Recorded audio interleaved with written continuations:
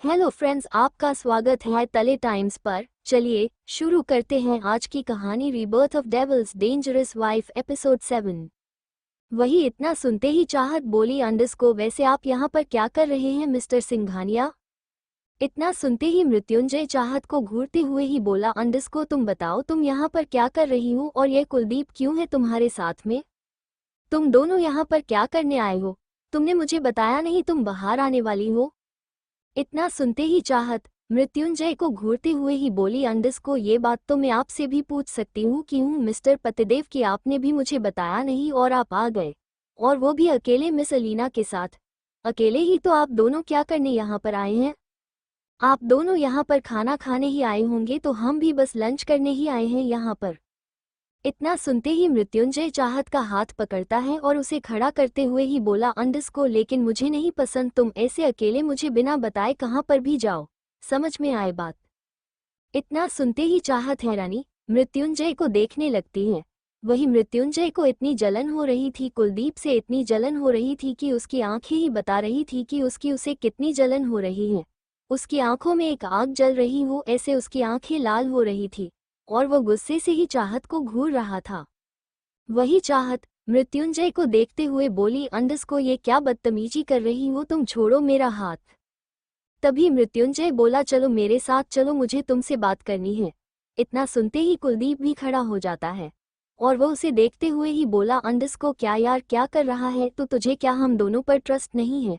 हम बस दोनों यहाँ पर खाना खाने के लिए आए हैं, जैसे तुम और अलीना दोनों यहाँ पर आए हो।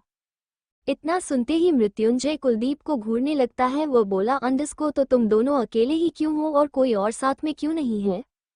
तभी कुलदीप बोला, अंडस को तो तुम दोनों भी तो अकेले हो ना। वही इतना सुनते ही मृत्युंजय अलीना को देखने लगता है। वही अलीना मृत्युंजय और उन तीनों को ही देख रही थी और उसके मन में एक कुटिल स्माइल थी।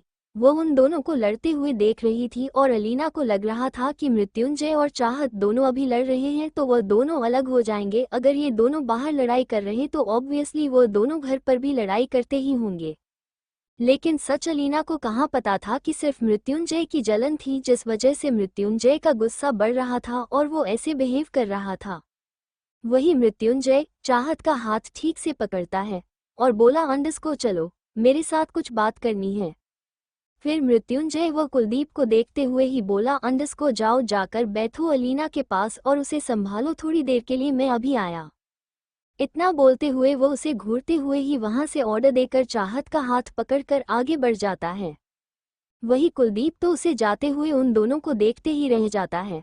वो अपने आप से बोला, अंडस को वाह क्या कलयुग आ गया है, घोर कलयुग के भाई।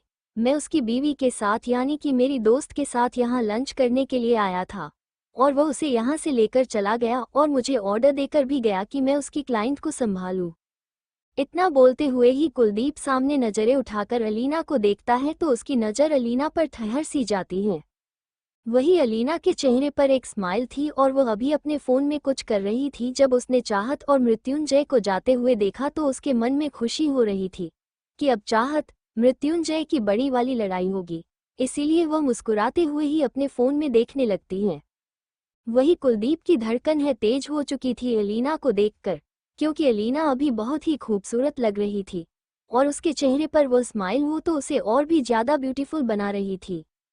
वही कुलदीप चलकर अलीना के पास जाता है और वो बोल, अंडस को हेलो मिस रॉय। इतना सुनते ही अलीना कुलदीप को देखते हैं तो अलीना की भी धड़कन एक पल के लिए धड़कना भूल जाती है, लेकिन फिर वो खुद को संभालते हुए कुलदीप को देखते हुए बोली, अंडस को हेलो मिस्टर कुलदीप।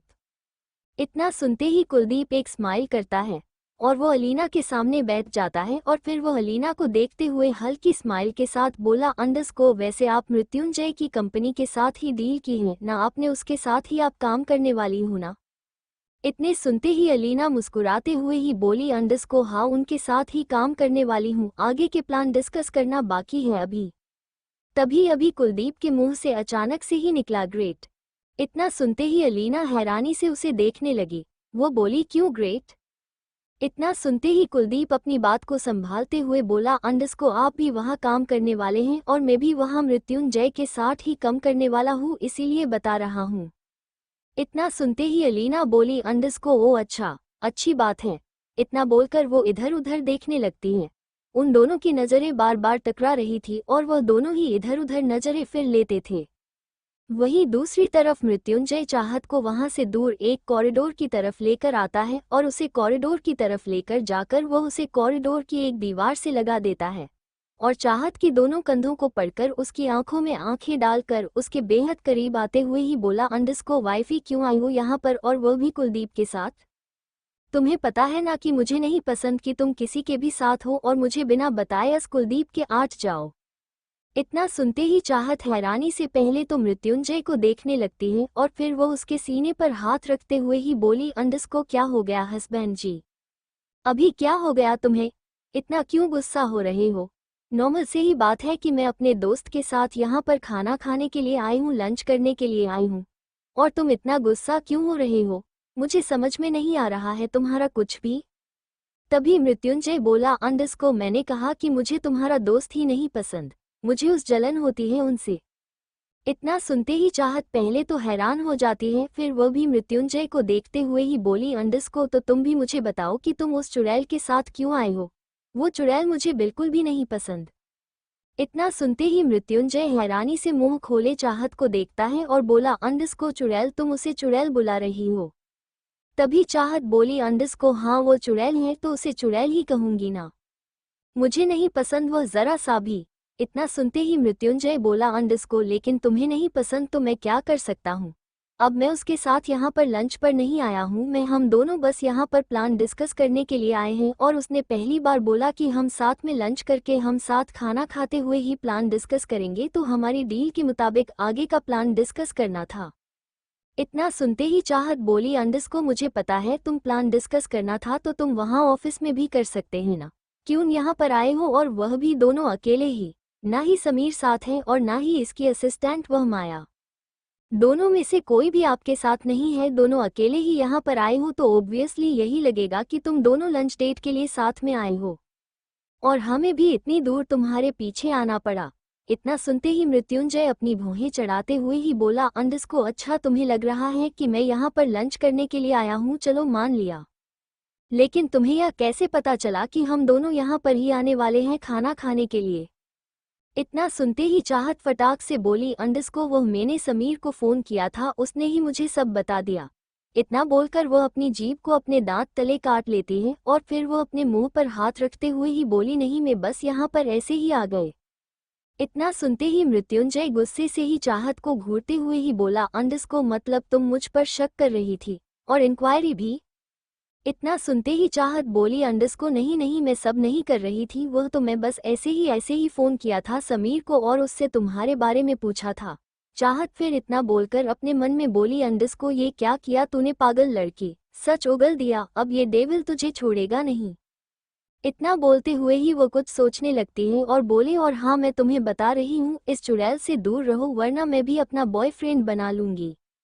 इतना सुनते ही मृत्युंजय चाहत को घूरते हुए ही बोला, अंडरस्को क्या बोला तुमने, तुम्हें बॉयफ्रेंड बनाना है? किसी और के पास जाकर तो देखो एक बार मृत्युंजय सिंघानिया क्या है और क्यों है सब कुछ तुम्हें एक पल में ही बता दूंगा। जब तक मैं तुम्हारे साथ तुम्हारा हस्बैंड हूँ तब तक मैं सही हूँ, मुझे मजबूर ना करो मृत्युंजय सिंघानिया बनने के लिए, क्योंकि मृत्युंजय सिंघानिया औरों के लिए क्रूएल डेविल ही है सच में। इतना समझ लो वाइफी, बस वो अपनों के साथ ही सॉफ्ट रहता है और अपना के लिए ही, उसके दिल में अपनों के लिए सॉफ्ट कौन है, समझ में आए बात?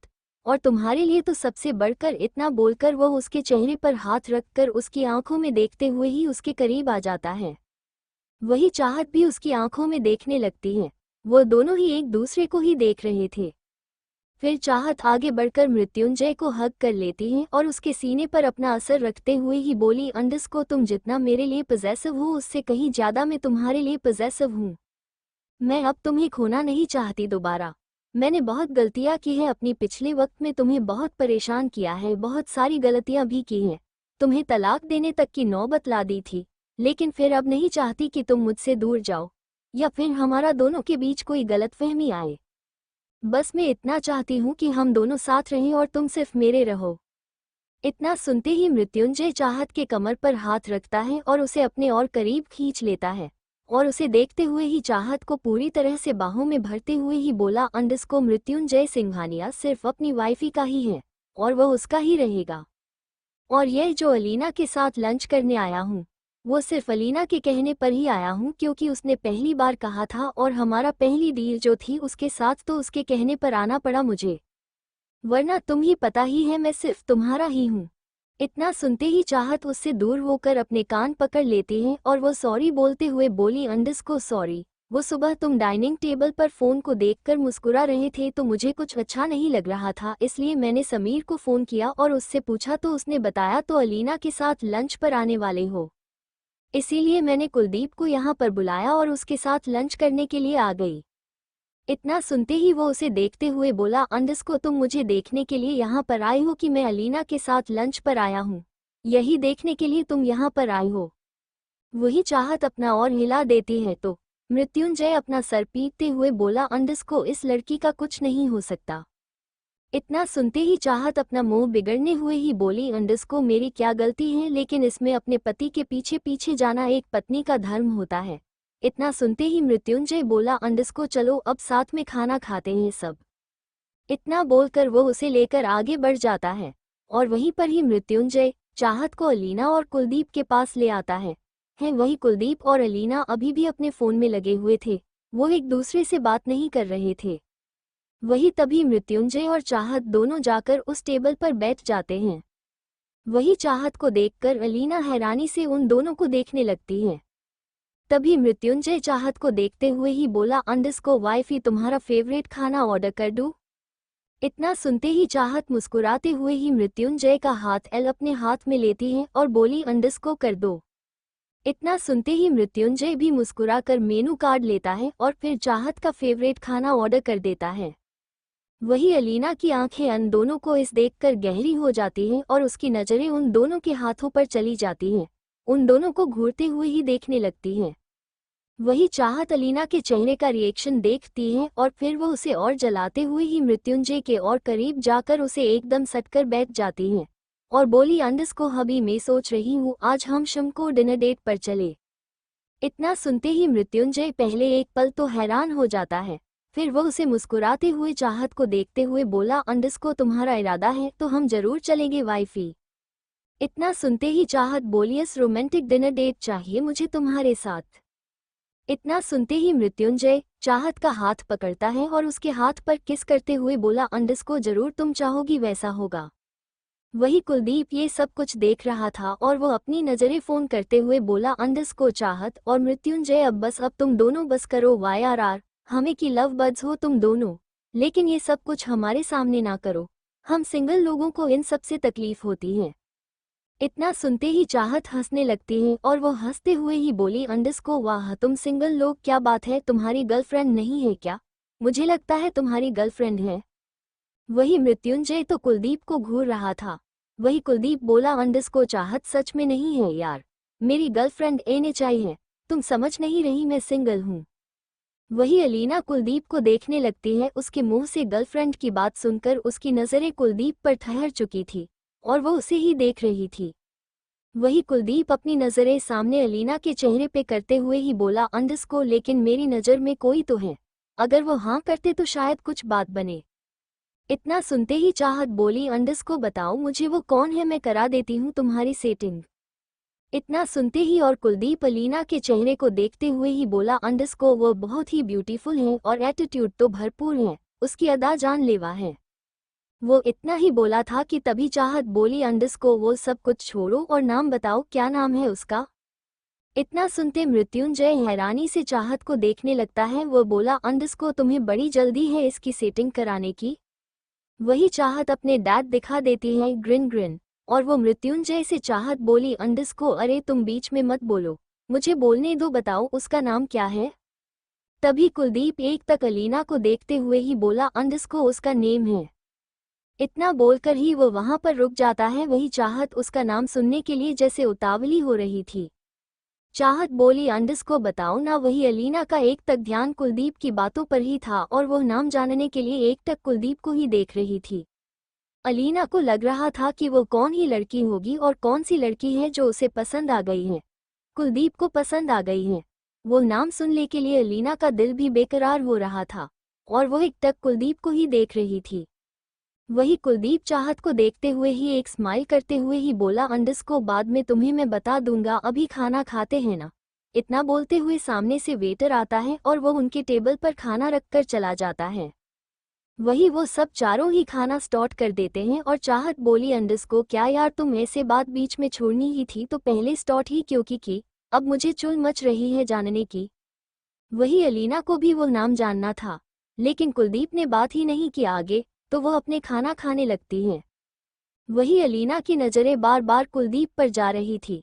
अभी वो फिलहाल के लिए तो मृत्युंजय और चाहत को भूल चुकी थी और उसके मन में एक बवंडर चल रहा था जो खुद नहीं जानती थी कि वो क्या चाहती थी और क्या नहीं। लेकिन उसे अब बस इतना पता था कि उसे वह नाम जानना था जो कुलदीप के लाइफ में आ चुका था। वो जिस लड़की को पसंद करता था उसे लड़की का उसे नाम जानना था। लेकिन फिर वो तो कुछ बोल नहीं सकती थी, इसलिए वो कुछ नहीं बोलते। ऐसे ही वो सब लोग कुछ ना बोलते हुए ही खाना खाते हैं। वही चाहत जानबूझकर मृत्युंजय के और करीब हो रही थी और उसे खुद के हाथ से भी खाना खिला रही थी, ताकि अलीना ये सब देखे और वो उसे जलन हो। लेकिन अलीना तो किसी और ही बवंडर में उलझी हुई थी और वो खुद इन सब में से दूर अपने ही सच में गुम थी। वहीं कुछ देर बाद वो सब लोग लॉन्च कर लेते हैं और भी मृत्युंजय, चाहत और कुलदीप और अलीना वो चारों ही खड़े होते हैं। बिल पे करने के बाद मृत्युंजय बोला, अंडरस्को ठीक है, चलो अब कुलदीप इसे ध्यान से घर पहुंचा दो और फिर तुम भी फ्री होकर ऑफिस आ जाना। वही इतना सुनते ही कुलदीप बोला, अंडरस्को हाँ ठीक है मैं जा रहा हूँ। इतना बोलकर वो चाहत को देखते हुए ही बोला, अंडरस्को चलो चलते हैं। मृत्युंजय चाहत से बोला, अंडरस्को तुम्हें घर ही जाना है ना, या फिर ऑफिस आना है? इतना सुनते ही चाहत बोली, अंडरस्को नहीं, मुझे अभी फिलहाल घर जाना है। मृत्युंजय बोला, अंडरस्को ठीक है, फिर ध्यान से जाना, हम भी चलते हैं ऑफिस। इतना बोलते हुए वह अलीना को देखता है और बोला, अंडरस्को चले? अलीना बोली, अंडरस्को हाँ हाँ, और वो चारों ही आगे बढ़ जाते हैं और बाहर निकलकर वो कार के पास आते हैं और अपनी अपनी कार में बैठकर निकल जाते हैं। वहीं कुलदीप पर चाहत भी कार में बैठकर घर के लिए निकल जाते हैं। वहीं कुछ वक्त बाद मृत्युंजय और अलीना दोनों ही ऑफिस पहुंचते हैं। वही तभी उसकी असिस्टेंट माया अलीना के सामने से आते हुए ही बोली, अंडरस्को बो मैम, वो एक जरूरी कॉल आया था और हमें अभी निकलना होगा, दूसरे शहर जाना होगा, वहां पर अर्जेंट काम आ गया है कुछ। इतना सुनते ही अलीना बोली, अंडरस्को लेकिन इतनी जल्दी काम आ गया, क्या हुआ, सब कुछ ठीक तो है? तो माया बोली, अंडरस्को हाँ सब ठीक है। आलिना बोली, अंडरस्को फिर इतना अर्जेंट क्यों जाना है? माया बोली, अंडरस्को आप चले, मैं आपको बताती हूँ। वही इतना सुनकर मृत्युंजय बोला, अंडरस्को ठीक है, अब मैं चलता हूँ। इतना बोलकर वो अपने केबिन में आ जाता है। वही माया बोली, अंडरस्को अर्जेंट है इसलिए आपको बोल रही हूँ। तभी अलीना समझ जाती हूँ और वो बोली, ठीक है चलो चलते हैं, लेकिन कितना वक्त लग सकता है वहां पर? माया बोली, अंडरस्को कुछ कह नहीं सकते, बस इतना समझ लीजिए कुछ वक्त लगेगा, शायद 1 महीना या फिर 1 महीने से कम या फिर 1 महीने से ज्यादा, बस इतना तो लगेगा ही। इतना बोलकर वह अलीना को देखने लगती हैं। वही अलीना अपना मुंह बिगाड़ लेती हैं और बोली, अंडरस्को हाँ चलो, मैं मृत्युंजय को बताकर आती हूँ कि हम अभी कोई भी प्लान डिस्कस नहीं कर सकते और प्लान थोड़ा चेंज करते हैं और कुछ वक्त बाद हम जब आ जाएंगे तब डील के सारे काम डिस्कस करेंगे।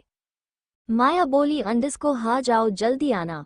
वही अलीना आगे बढ़कर वो मृत्युंजय के ऑफिस में आ जाती हैं। वो मृत्युंजय को देखते हुए बोली, अंडरस्को वो कुछ अर्जेंट काम आ गया है तो शायद 1 मंथ के आसपास का टाइम लग सकता है, तो अभी हम सारे प्लान पोस्टपोन करते हैं और हम जब वापस आ जाएंगे तब डिस्कस करेंगे। ओ इतना सुनते ही मृत्युंजय बोला, सब ठीक तो है ना?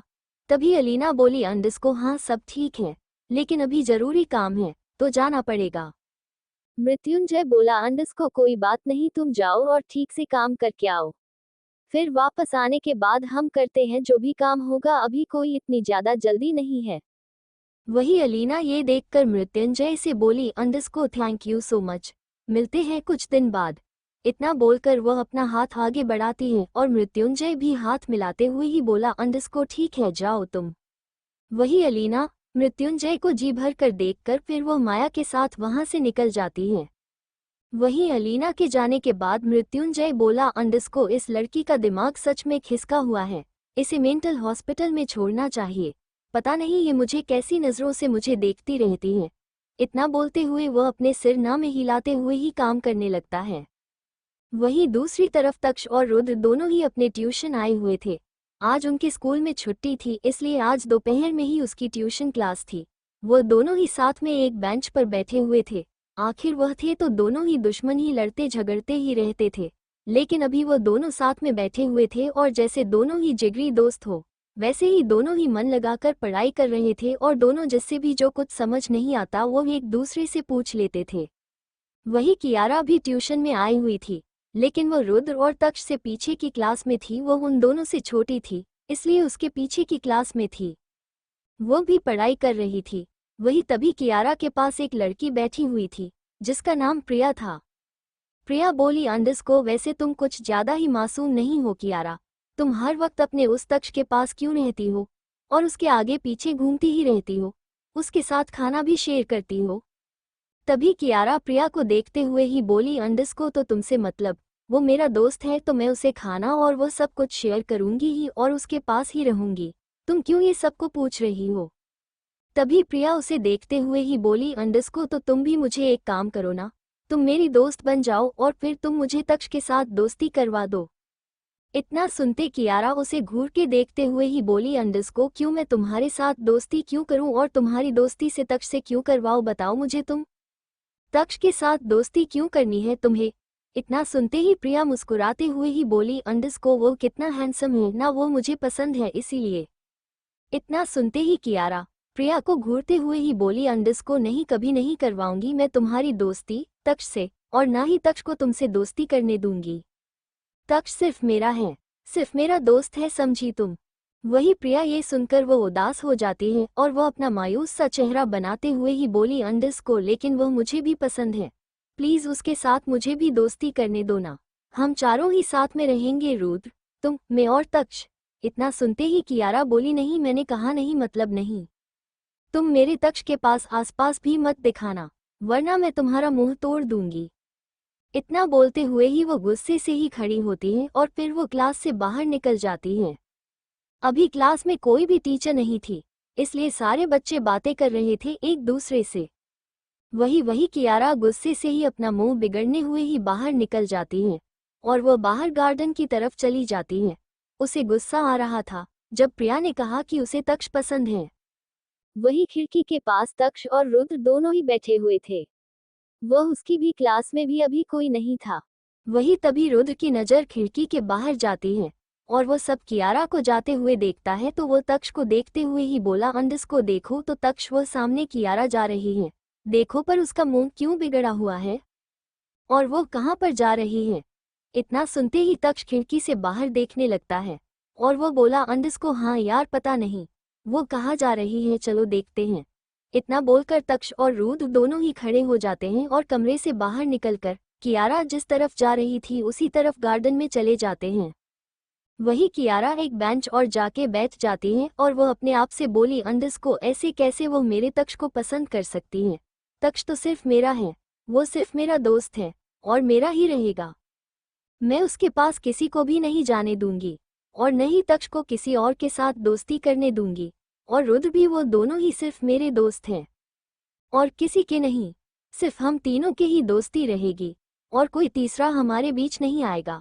हम तीनों ही रहेंगे, किसी और की जगह ही नहीं, हम तीनों के बीच में।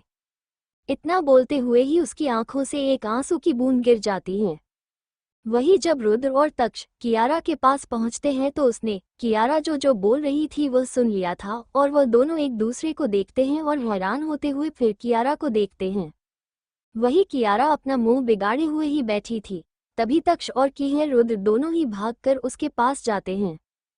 तक्ष कियारा का चेहरा अपने हाथ में थमते हुए ही बोला, अंडस को क्या हुआ कियारा, क्या हुआ, तुम रो क्यों रही हो और यह अपना मुंह क्यों बिगड़ा हुआ है?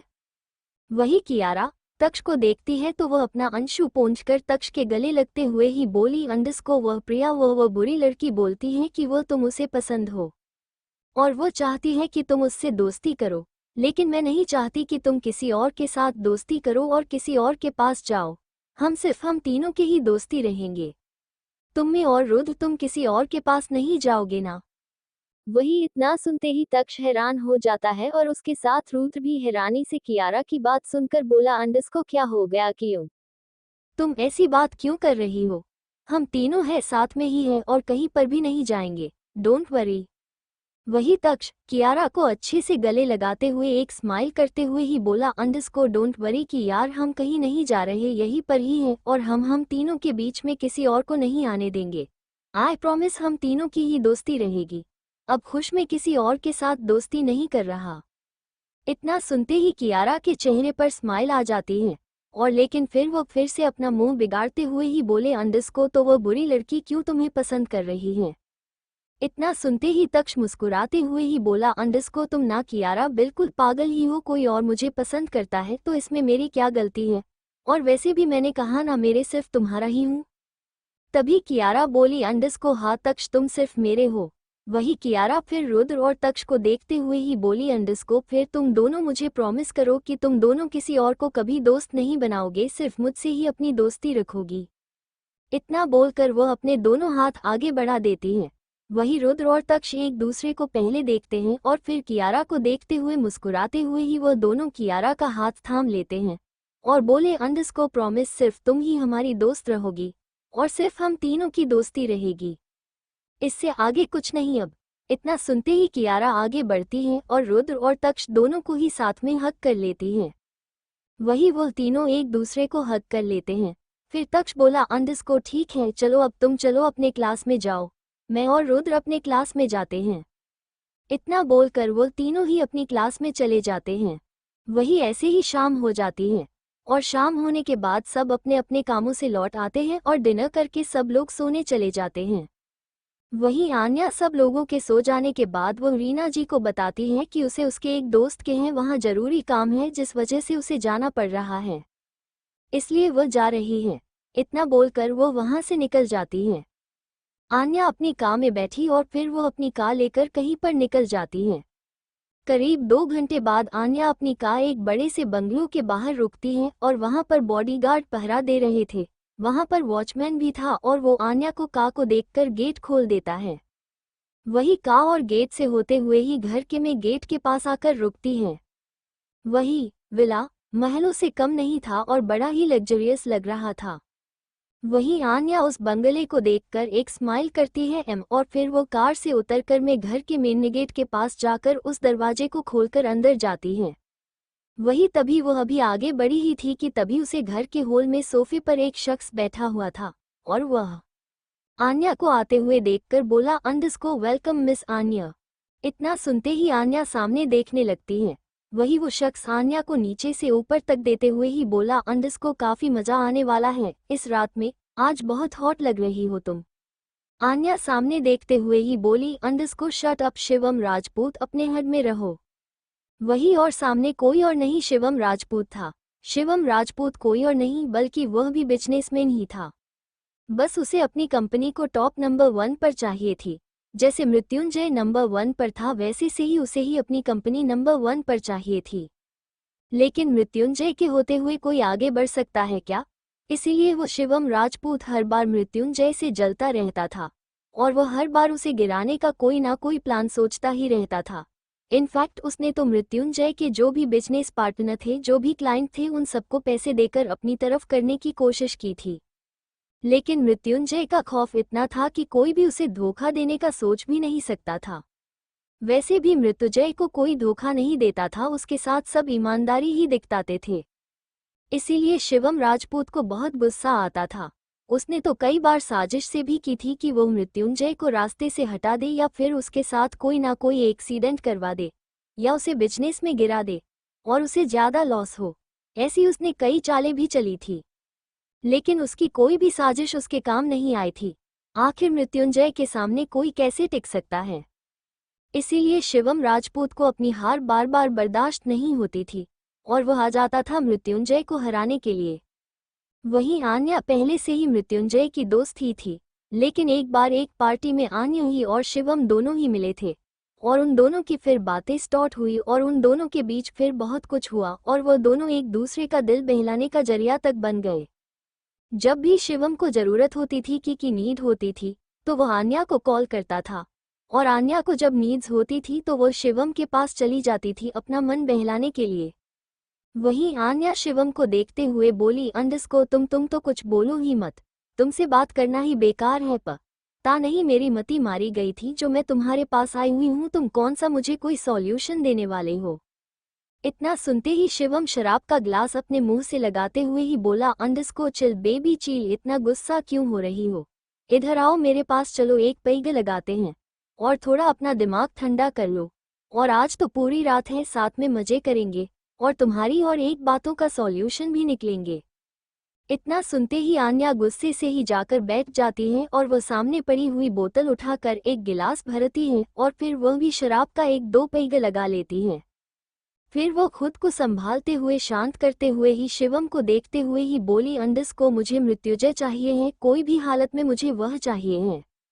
लेकिन उसकी वाइफ वह पास वापस आ गई है और मुझे लगता है कि अब वह जाएगी नहीं उसकी लाइफ से, तो मुझे लगता है कि उसे रास्ते से हटाने का प्लान बनाना चाहिए।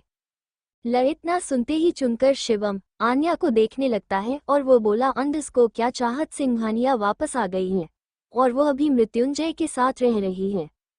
लेकिन तुम तो कह रही थी ना उन दोनों का तलाक भी होने वाला है, और तुमने तो ये तक कहा था कि उन दोनों के तलाक के बाद मृत्युंजय टूट जाएगा और तुम उसे संभालोगी, और उसके ऐसे टूटने से तलाक के बाद जब मृत्युंजय डिप्रेशन में चला जाएगा तो उसका बिजनेस भी फ्लॉप हो जाएगा, फिर मैं उसकी जगह ले लूंगा और मेरा बिजनेस नंबर 1 पर होगा।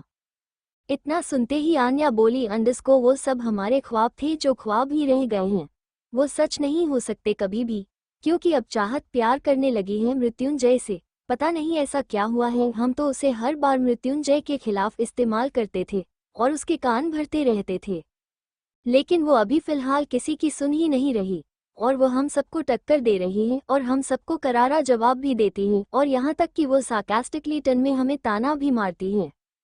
इतना सुनते ही और शिवम हैरान हो जाता है और वो कुछ सोचने लगता है। वो बोला, अंडरस्कोर जहाँ तक मुझे पता है वहाँ तक तो उसकी वाइफ को थोड़ी बेवकूफ़ सी थी जो तुम्हारी सबकी बातों में आ जाती थी, लेकिन ऐसा हुआ क्या मुझे समझ नहीं आया। तभी आन्या बोली, अंडरस्कोर वो समझने की कोशिश तुम ना करो, अभी सिर्फ इतना जान लो कि उसे उसकी लाइफ से उसे अलग करना है, यानी कि चाहत की चाहत को खत्म करना है हमें। तभी शिवम बोला, अंडरस्कोर किसी पागलों जैसी बातें कर रही हूँ मैं, अगर चाहत को मार दिया हमने और उसे कुछ भी हुआ या फिर वह मर गई और यह बात अगर वह तुम्हारे मृत्युंजय को पता चली ना, तो वह मुझे तुम्हें मारकर ऐसी जगह दफनाएगा कि जहाँ कोई भी पहुँचे भी न पाए और ना ही हमारी रूह को सुकून मिल पाए, हमारी रूह भी तड़पती रह जाएगी, ऐसी मौत देखा वह मृत्युंजय सिंघानिया हम दोनों को। तभी आन्या बोली, अंडरस्कोर मुझे सब पता है लेकिन क्या करें। तभी शिवम एक डेविल स्माइल करते हुए ही आन्या से बोला, अंडरस्कोर वो सब कुछ छोड़ो, वो सब टेंशन हम बाद में लेंगे, फिलहाल तो हम दोनों मजे करते हैं ना, जो करने के लिए आए हैं वह करते हैं ना। कितने दिन हो गए तुम मेरे करीब नहीं आई। इतना सुनते ही अन्य गुस्से से ही शिवम को घूरने लगती है।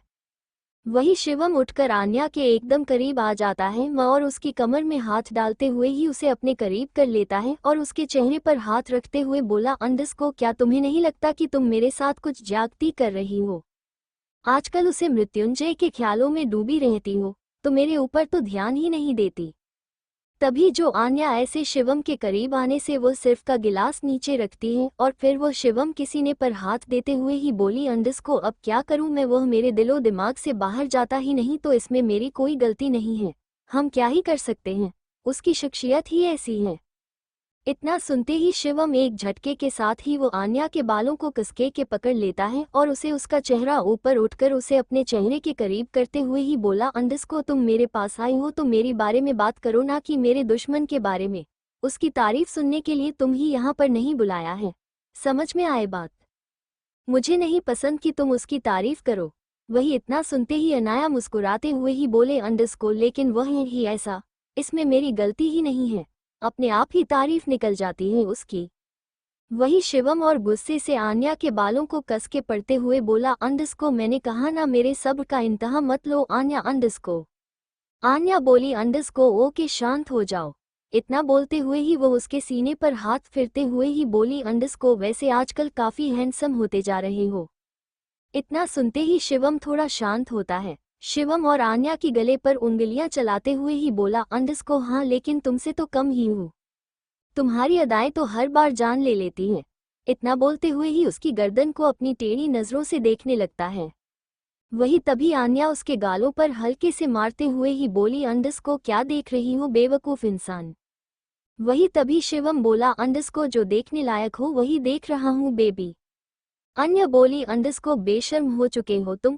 वो दोनों ही एक दूसरे को ही देख रहे थे। तभी शिवम आन्या को उसकी कमर से पकड़कर अपनी ओर खींच लेता है और उसके चेहरे को निहारने लगता था। तभी उसकी नजरें आन्या के होठों पर जाकर रुक जाती हैं। शिवम अपने होठों को आन्या के होठों की तरफ बढ़ाने लगता है, जिसे देखकर आन्या के चेहरे पे डेविल स्माइल आ जाती है। वही शिवम कसके आन्या को पकड़कर उसके होंठों पर अपने होंठ रख देता है और उसे सोफे पे लेटा कर खुद उसके ऊपर आकर उसके होठों को अपने आगोश में कैद कर लेता है। शिवम आन्या के होठों को चूमे जा रहा था, लेकिन अभी शिवम काफी सॉफ्ट किस कर रहा था आन्या के होठों पर, जिससे आन्या उसका साथ देने लगती है। आन्या उसे किस करते हुए उसके बालों के साथ अपनी उंगलियों से खेलने लगती हैं। आन्या के ऐसा करने से शिवम बेकाबू होते हुए उसके कंधे पर हाथ को फेराते हुए उसके ड्रेस को कंधे से नीचे कर देता है। दोनों की गर्म सांसें आपस में उलझने लगी थी। वही शिवम अपने होठों को आन्या के होठों को आजाद कर उसके गले से लेकर उसके कंधों तक ले जाता है। वहीं अनाया की सांसें बढ़ने लगी थी और आंखें बंद होने लगी थी। आन्या आंखें बंद किए ही अपना चेहरा दूसरी तरफ कर लेती है। वही शिवम वहीं पर ही बैठकर अपनी शर्ट के बटन खोलने लगता है। वही आन्या अपनी आंखें खोलकर जब शिवम को देखती है तो वो शिद्दत भरी नजरों से देखने लगती है। तब शिवम उसका हाथ पकड़कर खींचकर उसे अपने लेप पर बैठा लेता है। शिवम के ऐसा करते ही वो शिद्दत से आन्या शिवम के सीने पर हाथ फेरती है। आन्या अभी कुछ कहने ही वाली थी कि तभी उसे एहसास होता है कि शिवम उसके बदन से उसका ड्रेस अलग कर दिया गया है। शिवम अपने होठ आन्या की पीठ पर रख चुका था, जिसका एहसास आन्या को शिवम में खोने के लिए मजबूर करते जा रहा था। शिवम कुछ ही पल बाद उसके बदन से सारे कपड़े अलग कर चुका था। वहीं उसके खुद के बदन पर भी एक भी कपड़ा मौजूद नहीं था। वो दोनों ही एक दूसरे को बेचैन हाइक चूम रहे थे। वही शिवम आन्या के ऊपर आते हुए उसकी आंखों में देखते हुए बोला, मुझे आज बहुत बेचैन कर रही हो तुम अंडरस्को। इतना कहने के साथ वो झट से उसके होठों पर अपने होठ रख देता है और उसे किस करने लगता है। लेकिन कुछ पल के बाद वो किस के साथ बाइट कर रहा था, जिसकी वजह से आन्या के आहें निकल रही थी। शिवम अब आन्या के सीने को अपने होठों के साथ एक्सप्लोर कर रहा था। वही आन्या गहरी सांसें ले रही थी। उसका एक हाथ शिवम के बालों में घूम रहा था। शिवम ने आन्या के सीने पर किस कम बाइट जायदा कर रखी थी, जिसके निशान अब नीले पड़ने लगे थे। लेकिन शिवम को उन्हें देखकर कोई फर्क नहीं पड़ रहा था। वो तो बस आन्या को खुद में समाने के लिए बेचैन हो रहा था। वही शिवम खुद को आन्या के अंदर समा लेता है और आन्या के हाथ बेडशीट को कसकर पकड़ रहे थे। अब आन्या के हर आहें शिवम को मदहोश करने के लिए काफी थी। वो कमरा दोनों की आवाज और आहें से भरा हुआ था। उन दोनों की आहें गूंज रही थी। शिवम खुद को पूरी तरह से आन्या के अंदर समा चुका था और खुद पूरे स्पीड में आन्या के अंदर खुद को मूव कर रहा था, जिससे पूरा कमरा आन्या के मुंह से निकलने वाली आंहों से भर चुकी थी। आन्या ने अपनी नाखून शिवम के गले में गाड़ते हुए उससे कहा, शिवम रुक जाओ ना, मुझे अब दर्द हो रहा है। तुम काफी वाइल्ड हो, प्लीज रुक जाओ आज। वो शिवम रुकना नहीं चाहता था। वो बोला, अंडरस्को बस कुछ देर और प्लीज। फिर इसे ही उन दोनों के प्यार का सिलसिला चलता रहा और शिवम आन्या को चूमता रहा, साथ ही बीते भी करता रहा। इसे ही वो दोनों ही डूब गए इन रात के गहराई में। वही आन्या और शिवम दोनों ही एक दूसरे की बाहों में ही सोए हुए थे और वह दोनों ही कुछ सोच रहे थे। वही आन्या शिवम के कंधे पर सिर रखे हुए ही बोली, अंडरस्को वैसे अब तुम बताओ, मुझे क्या प्लान सोचा है तुमने? तुम कुछ मेरी हेल्प करोगे? इतना सुनते ही शिवम बोला, अंडरस्को जरूर करूंगा बेबी, लेकिन अभी कुछ देर एनएचआई कर पाऊंगा। अभी मेरी इन 2 दिनों में बड़ी वाली डील होने वाली है, तो मैं बाहर जा रहा हूँ डील फिक्स करने के लिए शहर से बाहर। इसीलिए अभी मैं तुम्हारी कोई हेल्प नहीं कर सकता। इतना सुनते ही आन्या थोड़ी गुस्से में आ जाती है और बोली, अंडरस्को तुम तो कह रहे थे कि तुम मेरी हेल्प करोगे। तभी शिवम बोला, अंडरस्को रिलैक्स बेबी रिलैक्स, मैं तुम्हारी हेल्प करूंगा ही, लेकिन अभी फिलहाल के लिए मुझे जाना पड़ रहा है, तो तुम थोड़ा शांत हो जाओ, फिर करते हैं ना साथ में मिलकर कोई ऐसा प्लान अच्छे से, और सच में तुम्हें तुम्हारा मृत्युंजय दिलाकर ही रहूंगा। तुम अभी टेंशन मत लो और शांति से सो जाओ, मुझे भी सोने दो। 11 बजने वाले हैं, से जाओ। इतना बोलते हुए वो उसे पूरी तरह से अपनी बाहों में भर लेता है और खुद अपनी आंखें बंद कर लेता है। वही आन्या थोड़ी देर खुद सोच रही थी, फिर वह भी अपनी आंखें बंद कर लेती है और वह भी सो जाती है। दूसरी तरफ वही मृत्युंजय और चाहत वह दोनों अपने कमरे में जग रहे थे। वही मृत्युंजय फोन पर कुछ बात कर रहा था और चाहत बेड पर बैठी हुई थी। रात के शायद 11 बजे बज रहे थे। चाहत बोली, अंडरस्कोर अब कब सोने का इरादा है? वही मृत्युंजय अपना फोन रखते हुए ही बोला, वह मुझे कुछ काम है तो मैं अभी आया। इतना बोलकर वो कमरे से बाहर निकल जाता है। तभी उसके पीछे ही चाहत भी आ जाती है और उसका हाथ पकड़ते हुए ही बोली, अंडरस्कोर कहाँ पर जा रहे हो? सो जाओ चुपचाप। इतना बोलकर वो मुड़कर अपने कमरे में अभी जाने ही वाली थी कि तभी मृत्युंजय उसका हाथ पकड़ता है और अपने आसपास देखता है तो वहां पर कोई भी नहीं था। तो वह एक झटके में ही चाहत को अपनी गोद में उठा लेता है और बोला, अंडरस्कोर बीवी कितना नाराज रहोगी अब नाराजगी छोड़ दो। तभी चाहत हैरानी से बोली, अंडरस्कोर ये क्या कर रहे हो तुम? मृत्युंजय बोला, अंडरस्कोर अभी चुप हो जाओ और चलो मेरे साथ। इतना बोलकर वो आगे बढ़ जाता है। वही चाहत बोली, कहाँ पर ले जा रहे हो तुम मुझे? मृत्युंजय बोला, चुप चुप रहो एकदम। वही जब मृत्युंजय टेरेस की तरफ जाने लगता है तो चाहत बोली, अंडरस्कोर क्या हम टेरेस पे जा रहे हैं? इस वक्त मृत्युंजय ने हाँ में सर हिलाया और कहा, वाइफी अब तुम चुपचाप रहोगी एकदम, अगर तुम्हारे मुंह से एक भी अल्फाज निकलना तो मैं तुम्हें यही पटक दूंगा। मृत्युंजय के मुंह से इतना सुनते ही चाहत हैरान हो जाती है और वो अपना मुंह खोले मृत्युंजय को देखने लगती है और तुरंत अपने मुंह में उंगली रख ली और अपनी गर्दन को ना में हिलाते हुए दूसरे हाथ से मृत्युंजय के गले को कसकर पकड़ ली और कहा, नहीं नहीं मैं कुछ नहीं बोलूंगी। तभी वो दोनों टेरेस पर पहुंच गए। वहां पूरी तरह से अंधेरा था, बस चांद की रोशनी पड़ रही थी जिसमें टेरेस चमक रहा था। वहां पर रंग बिरंगी लाइट लगी हुई थी, बलून्स और रेड एंड व्हाइट रोजेस से डेकोरेशन की गई थी। सामने एक जगह पर नीचे फर्श पर गद्दे बिछे हुए थे और उस पर फूल से हॉट बनी हुई थी। चाहत अभी तक मृत्युंजय के गोद में ही थी और उसने अपने मुंह पर उंगली भी रखा हुआ था। जब उसने ये सब देखा तो वो जल्दी से मृत्युंजय की गोद से उतरकर उस तरफ भागी और पूरे टेरेस को घूम घूम कर देखने लगी। तभी चाहत ने जल्दी से कहा, वाओ ये बहुत खूबसूरत लग रहा है, ये सब तुमने कब करवाया? मृत्युंजय ने अपनी पॉकेट से एक रिमोट निकाली और एक बटन को प्रेस किया जिसके बाद पूरे टेरेस की लाइट जल उठी। लाइट जलने के बाद तो और भी खूबसूरत लग रहा था। चाहत तो ये सबको हैरान हो जाती है और वो हर तरफ घुमकर देखने लगी। उसे बहुत खूबसूरत लगा। उसके चेहरे की खुशी और बता रही थी कि उसे वह जगह कितनी पसंद आई है। वही चाहत के चेहरे पे खुशी देखी जा सकती थी। वो हर तरह बस मुस्कुराते हुए देख रही थी। तभी मृत्युंजय पीछे से ही उसे अपनी बाहों में भरते हुए ही बोला, अंडरस्कोर तो मेरी वाइफी को ये सब पसंद आया? वही चाहत हंसते हुए ही बोली, अंडरस्कोर बहुत बहुत बहुत हाई ज्यादा पसंद आया माय हैंडसम। तभी मृत्युंजय ऐसे ही उसे और कसके पकड़ते हुए बोला, अंडरस्कोर तो क्या मैसेज? मृत्युंजय सिंघानिया मेरे साथ डांस करना पसंद करेंगे? वही इतना सुनकर चाहत हर तरफ देखते हुए ही म्यूजिक सिस्टम ढूंढने लगी तो उसे उनका जहां पर बेड जैसा अरेंज था वहां कॉर्नर के पास एक छोटा सा म्यूजिक सिस्टम रखा नजर आया। वही चाहत ने हाँ कहा तो मृत्युंजय उसकी तरफ अपने हाथ को बढ़ा दिया तो चाहत ने भी उसका हाथ थाम लिया। म्यूजिक सिस्टम को प्ले किया तो उसमें एक सॉफ्ट म्यूजिक प्ले हो गया और ये सॉन्ग जो बज रहा था ये चाहत का फेवरेट सॉन्ग था। चाहत ने मुस्कुराते हुए मृत्युंजय के चेहरे की तरफ देखा तो मृत्युंजय मुस्कुराते हुए उसकी तरफ देख रहा था। फिर उसने चाहत के कान को अपने होठों से छूते हुए कहा, मुझे आज भी याद है और जो तुम्हें पसंद है मैं कभी ये नहीं भूल सकता वाइफी।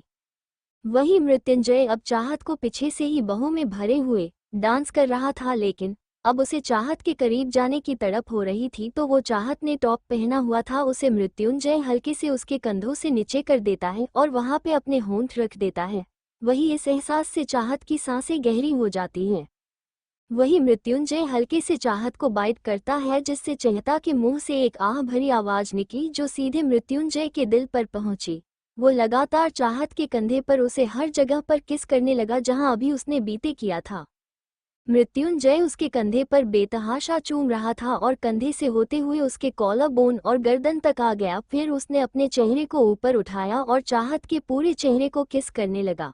उसने चाहत के माथे को, दोनों आंखों को, दोनों गालों को बारी बारी से किस करते हुए उसके होठों पर आया और उसने उसके होठों पर अपनी होंठ जोड़ दिया और उसे चूमने लगा।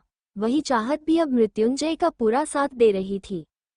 वो दोनों पैशनेट होकर एक दूसरे को किस कर रहे थे। दोनों को अभी कुछ और नजर ही नहीं आ रहा था, नजर आ रहा था तो सिर्फ एक दूसरे का पैशन कि वो दोनों एक दूसरे से कितना प्यार करते हैं।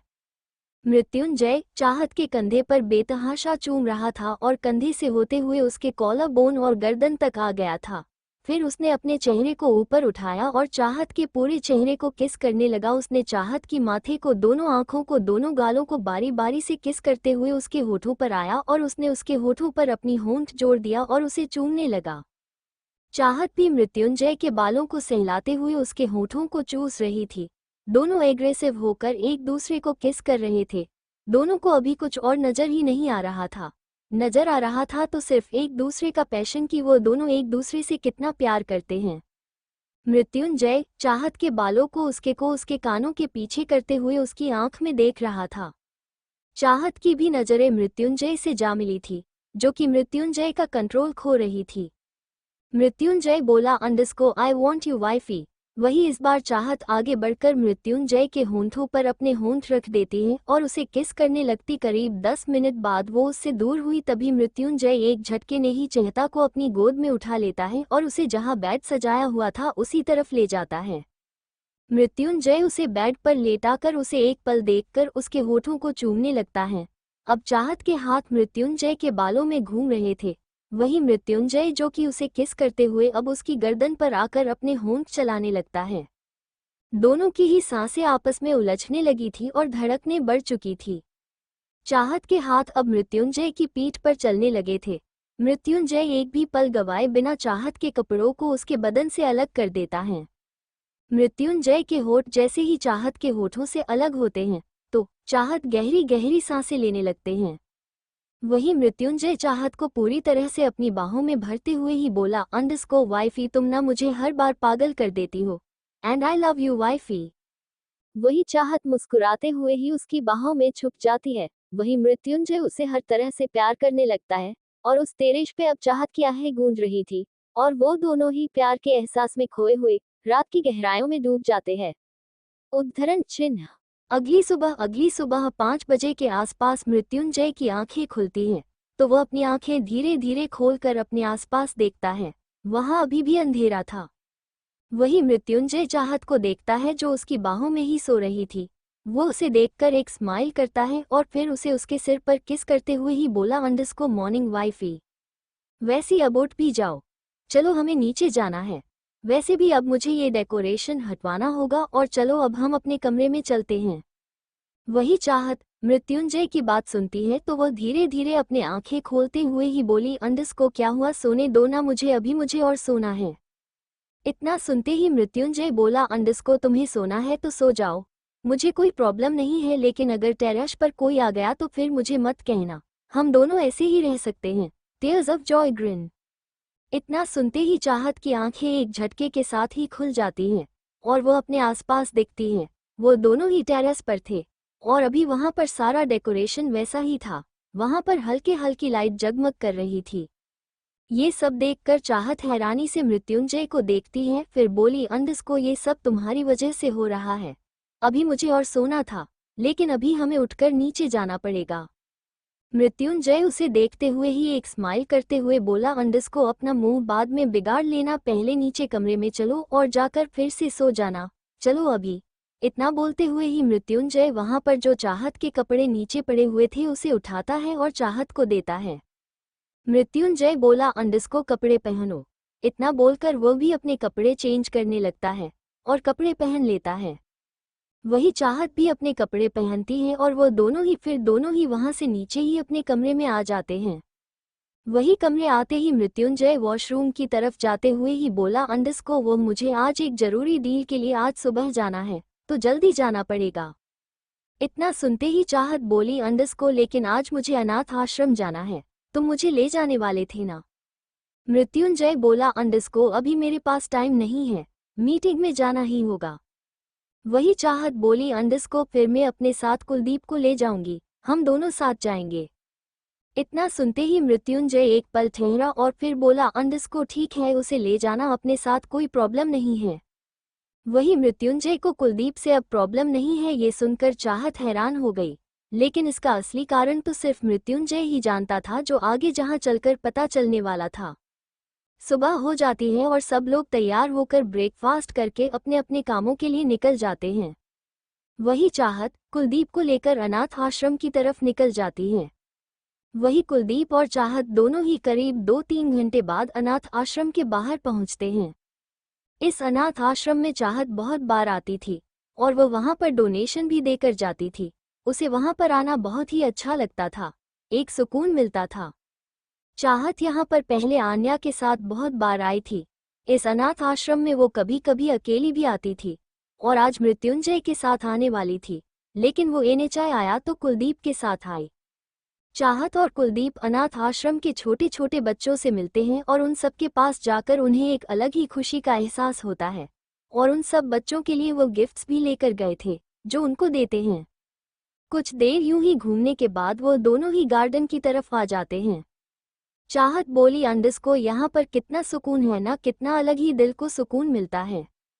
इतना सुनते ही कुलदीप बोला, अंडस को हाँ बहुत अच्छा लगा मुझे भी यहाँ पर आकर, अब मैं तुम्हारे साथ हर बार आऊँगा। बहुत ही अच्छा लगता है जब छोटे छोटे बच्चे हमें देखकर इतने खुश हो जाते हैं, उसके चेहरे पर इतनी खुशी देखकर दिल को अलग ही राहत मिलती है। वही चाहत भी मुस्कुराते हुए बोले, अंडस को हाँ सच कहा। फिर वह दोनों ही ऐसे ही मुस्कुराते हुए बातें करते आगे बढ़ रही थी। वही तभी चाहत को हल्के से चक्कर जैसा महसूस होता है और वो अपनी आंखें बंद करके वहीं पर ही खड़ी होकर अपना सिर पकड़ लेती है। वही कुलदीप बातें करते हुए आगे बढ़ता है, उसका ध्यान नहीं था और वो थोड़ा सा आगे बढ़ जाता है। वही चाहत को बहुत ही ज्यादा वॉमिटिंग सा और चक्कर से महसूस होते हैं और वह वहीं पर ही खड़ी रहकर अपने मुंह बंद करके सर को पकड़कर खड़ी होती है। उसकी आंखों के आगे धुंधला पैन दिख रहा था। वही कुलदीप जब अपने पास देखता है और चाहत को न देखकर वो पीछे पलटकर देखता है और चाहत अपना सिर पकड़े हुए ही खड़ी थी। कुलदीप बोला, अंडस को चाहत क्या हुआ, तुम ठीक हो, क्या हुआ तुम्हें? इतना बोलकर वो उसकी तरफ बढ़ता है। वही चाहत को अब बहुत ज्यादा चक्कर आ रहे थे। वही कुलदीप जल्दी से भागकर उसके पास पहुंचता है। अभी वो पहुंचने वाला था तभी चाहत ऐसे ही गिरने लगती है। वही जल्दी से जाकर कुलदीप उसे अपनी बाहों में संभाल लेता है। वही चाहत उसकी बाहों में ही बेहोश हो जाती है और उसकी बाहों में झूल जाती है। वही चाहत कुलदीप की बाहों में बेहोश हो जाती है। वही कुलदीप बोला, अंडस को चाहत क्या हुआ तुम्हें, आंखें खोलो चाहत। इतना बोलते हुए वो उसे उठाने की कोशिश करता है लेकिन चाहत नहीं उठती।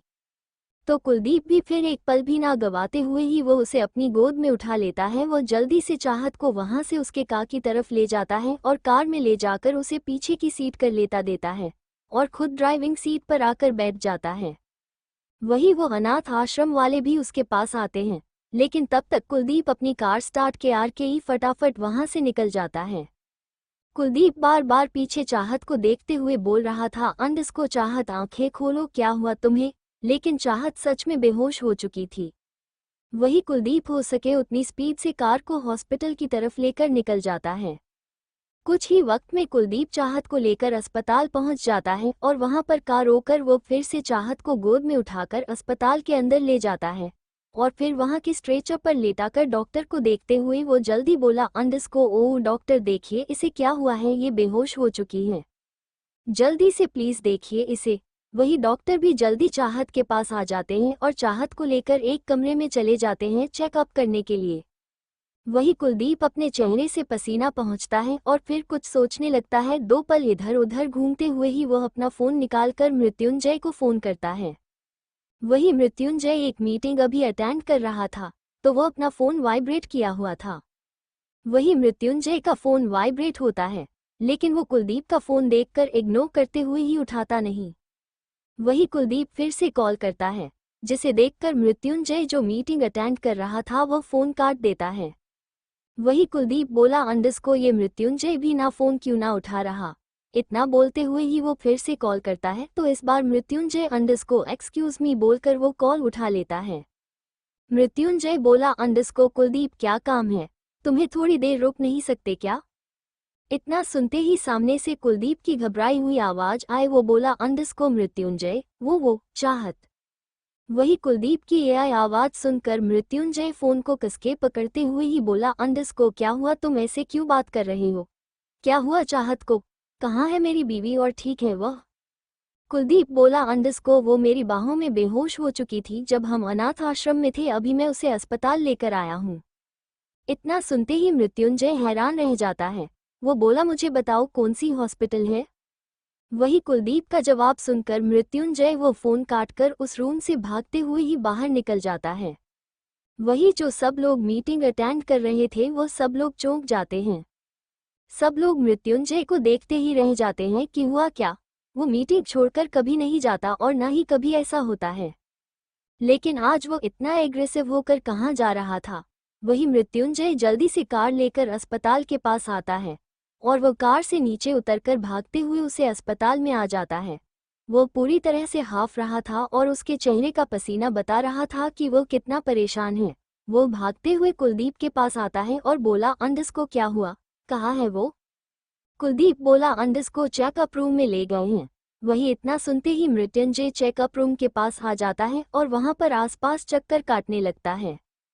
कुछ वक्त बाद डॉक्टर बाहर आती है और कुलदीप और मृत्युंजय जब जब डॉक्टर को देखते हैं तो वह दोनों ही उसे डॉक्टर के पास जाते हुए ही बोले, अंडस को क्या हुआ डॉक्टर? चाहत उसे क्या हुआ है? इतना सुनते ही डॉक्टर बोली, अंडस को इनमें से पेशेंट के आप क्या लगते हैं? तभी मृत्युंजय बोला, अंडस को मैं उसका हस्बैंड हूँ। इतना सुनते ही डॉक्टर बोले, आप मेरे साथ आए और आप भी। इतना बोलते हुए ही वो आगे बढ़ जाती हैं। मृत्युंजय और कुलदीप दोनों ही फिर डॉक्टर के केबिन में आ जाते हैं और उनके सामने आकर बैठ जाते हैं। वहीं डॉक्टर रिपोर्ट देखती हैं और फिर रिपोर्ट देखते हुए हैं मृत्युंजय को देखते हुए ही बोली, अंडस को क्या आपका बच्चा है? इतना सुनते ही मृत्युंजय थोड़ा हैरान हो जाता है और वो पहले कुलदीप को देखता है फिर डॉक्टर को देखते हुए ही अपना सर हाँ में हिलाते हुए बोला, अंडस को हाँ मेरा एक बच्चा है जो 5 साल के आसपास का है। लेकिन आप बताए क्या हुआ मेरी बीवी को? तभी डॉक्टर मुस्कुराते हुए ही बोली, अंडस को मुबारक हो, आप पापा बनने वाले हैं फिर से। इतना सुनते ही मृत्युंजय थम सा जाता है और वो कुछ पल के लिए हैरान हो जाता है और उसके मुंह से कुछ भी नहीं निकलता और वो एक डॉक्टर को देखता ही रह जाता है। वही कुलदीप भी 2 पल के लिए ऐसे ही हैरान रह जाता है और वो डॉक्टर को देखने लगता है। तभी डॉक्टर मृत्युंजय को देखते हुए ही बोला, अंडस को लेकिन आपको आपकी वाइफ का पूरा ख्याल रखना होगा, क्योंकि अभी उसका दूसरा मंथ चल रहा है और आगे चलकर तो आपको उसका बहुत ख्याल रखना होगा। इतना सुनते ही मृत्युंजय होश में आता है और वो बोला, अंडस को क्या क्या क्या कहा आपने डॉक्टर? क्या मैं फिर से पापा बनने वाला हूँ? क्या क्या आप सच बोल रही हैं? आप सच बोल रही हैं? बोलिए, मुझे बताइए। इतना सुनते ही डॉक्टर मुस्कुराते हुए ही बोली, अंडस को हाँ आप पापा बनने वाले हैं फिर से। इतना सुनते ही मृत्युंजय की आंख में हल्की आ जाती है और वो बोला, अंडस को मुझे यकीन नहीं हो रहा कि आप जो बोल रही हैं वो सच है, लेकिन मेरे से मजाक मत करना आप PLS। वही तभी डॉक्टर बोली, अंडस को देखे आप ज्यादा सोच रहे हैं, आप सच में पापा बनने वाले हैं। इतना सुनते ही मृत्युंजय जल्दी खड़ा हो जाता है और वो उसके चेहरे पर जो खुशी थी वो देखने लायक थी। वही कुलदीप थी उसके साथ खड़ा हो जाता है पर वह मृत्युंजय के कंधे पर हाथ रखते हुए ही बोला, अंडस को मुबारक हो मेरे भाई, एक और लिटिल चैंप इस दुनिया में आएगा। इतना सुनते ही मृत्युंजय के चेहरे पर जो खुशी थी वो देखने लायक थी। वो हंसते हुए ही बोला, अंडस को हाँ हाँ मैं पापा बनने वाला हूँ, मैं फिर से मैं पापा बनने वाला हूँ, मेरा एक और अक्ष इस दुनिया में आने वाला है। इतना बोलते हुए ही वो कुलदीप को लगे लगा लेता है। वो क्या बोल रहा था उसे खुद पता नहीं था। वो फिर से बोला, अंडस को मैं पापा बनने वाला हूँ, मेरा बच्चा आएगा इस दुनिया में। कुलदीप बोला, अंडस को हाँ भाई मैं भी बहुत खुश हूँ तेरे लिए। वो दोनों की चेहरे पर खुशी साफ साफ देखे जा सकती थी। वही डॉक्टर के मुस्कुराते हुए उन दोनों को ही देख रही थी। डॉक्टर उन दोनों को देखते हुए ही बोली, अंडस को अब पेशेंट भी बिल्कुल ठीक है और आप दोनों चाहें तो उनसे मिल सकते हैं। इतना सुनते ही कुलदीप और मृत्युंजय दोनों दूर होते हैं और कुलदीप मृत्युंजय को देखते हुए ही बोला, अंडस को चाहत को भी ये खुशखबरी दे दे, अभी तक शायद उसे नहीं पता होगा। डॉक्टर बोलिए, अंडस को हाँ आप दे दीजिए अपनी वाइफ को ये खुशखबरी, उसे नहीं पता ये खुशखबरी। मृत्युंजय मुस्कुराते हुए ही बोला, अंडरस्को मैं जाता हूँ। इतना बोलकर वह अपने चेहरे पे पसीना जो था उसे पोंछने हुए ही वह मुस्कुराते हुए ही आगे बढ़कर उसे केबिन में से बाहर आ जाता है और मृत्युंजय चाहत को जिस रूम में रखा था वह आ जाता है। वही किसी को रूम में आता हुआ देखकर चाहत अपनी आंखें धीरे धीरे खोलती है और सामने मृत्युंजय को देखते हुए ही वो मुस्कुराते हुए ही बोली, अंडरस्को तुम आ गए। वही चाहत मृत्युंजय को देखते हुए ही बोली, अंडरस्को तुम आ गए। वैसे मुझे क्या हुआ था और मैं कहाँ हूँ? मैं तो अनाथ आश्रम में थी ना, फिर पता नहीं मुझे चक्कर से आ गए और पता नहीं और क्या हुआ मेरे साथ में यहाँ पर कैसे आए। वही इतना सुनते ही मृत्युंजय मुस्कुराते हुए ही आगे बढ़ा। उसके चेहरे पर एक चमक थी। वह आगे बढ़कर चाहत के पास जाकर बैठता है और फिर वह चाहत के चेहरे पर हाथ रखकर हल्का सा उठकर उसके माथे पर किस करते हुए ही धीरे से बोला, अंडरस्को thank you so much wifey, फिर से एक खुशी की खुशी देने के लिए। आज मैं बहुत बहुत ज्यादा खुश हूँ। इतना सुनते ही चाहत बोली, अंडरस्को खुशी? कौन सी खुशी? क्या बात है? मुझे बताओ, मुझे क्या हुआ था? मुझे कुछ पता ही नहीं है, बताओ ना। इतना सुनते ही मृत्युंजय चाहत को देखते हुए ही उसके दोनों हाथ उसके चेहरे पर रखकर उसकी आंखों में आंखें डालकर मुस्कुराते हुए ही बोला, अंडरस्को तुम्हें भी मुबारक हो, तुम फिर से माँ बनने वाली हो और हमारी इस नन्ही सी फैमिली में एक और हम दोनों के प्यार की निशानी आने वाली है। इतना सुनते ही चाहत हैरानी से अपनी आंखें बड़े करते हुए ही सुनन सी रह जाती हैं और वह हैरानी से ही मृत्युंजय को देखने लगती है। वही मृत्युंजय उसकी एक्सप्रेशन देख रहा था, वह भी ऐसे ही चौंक गया था और ऐसे हैरान रह गया था। वो मुस्कुरा रहा था और चाहत को देख रहा था। वही चाहत हैरानी से बोली, अंडरस्को सच में मैं तुम झूठ बोल रहे हो ना? मुझे मजाक पसंद नहीं है, ऐसा मजाक मुझसे मत करो तुम। इतना सुनते ही मृत्युंजय बोला, अंडरस्को सच कह रहा हूँ। इतना बोलते हुए ही वो एक हाथ ले जाकर मुस्कुराते हुए ही चाहत के पेट पर रखता है और फिर धीरे से चाहत की चेहरे की तरफ अपनी नज़र उठाकर देखते हुए ही बोला, अंडरस्को हमारे नन्ही सी जान पल रही है, इसमें ध्यान रखना अपना। इतना सुनते ही चाहत की आंखों से आंसू की धार बह जाती है और उसकी आंखों से खुशी की आंसू छलक जाते हैं और वो बड़ी स्माइल के साथ मुस्कुराते हुए ही बोले, अंडरस्को मुझे यकीन नहीं हो रहा कि मैं माँ बनने वाली हूँ। मैं सच में मैं माँ बनने वाली हूँ। इतना बोलते हुए ही वो झटले के साथ ही मृत्युंजय के गले लग जाती है और उसे कसके अपने गले से लगा लेती है। वही मृत्युंजय भी उसे कसके अपने गले से लगा लेता है और बोला, अंडरस्को मुझे भी बस यकीन नहीं हो रहा था कि हमारी एक और प्यार की निशानी आ रही है इस दुनिया में। वही इतना सुनते ही चाहत मुस्कुराते हुए ही बोली, अंडरस्को मुझे तो अभी भी यह सब कुछ सपना ही लग रहा है। सच में हमारी एक लिटिल प्रिंसेस आएगी इस बार। तक्ष की लिटिल प्रिंसेस, उसे चाहिए ना उसकी बहन।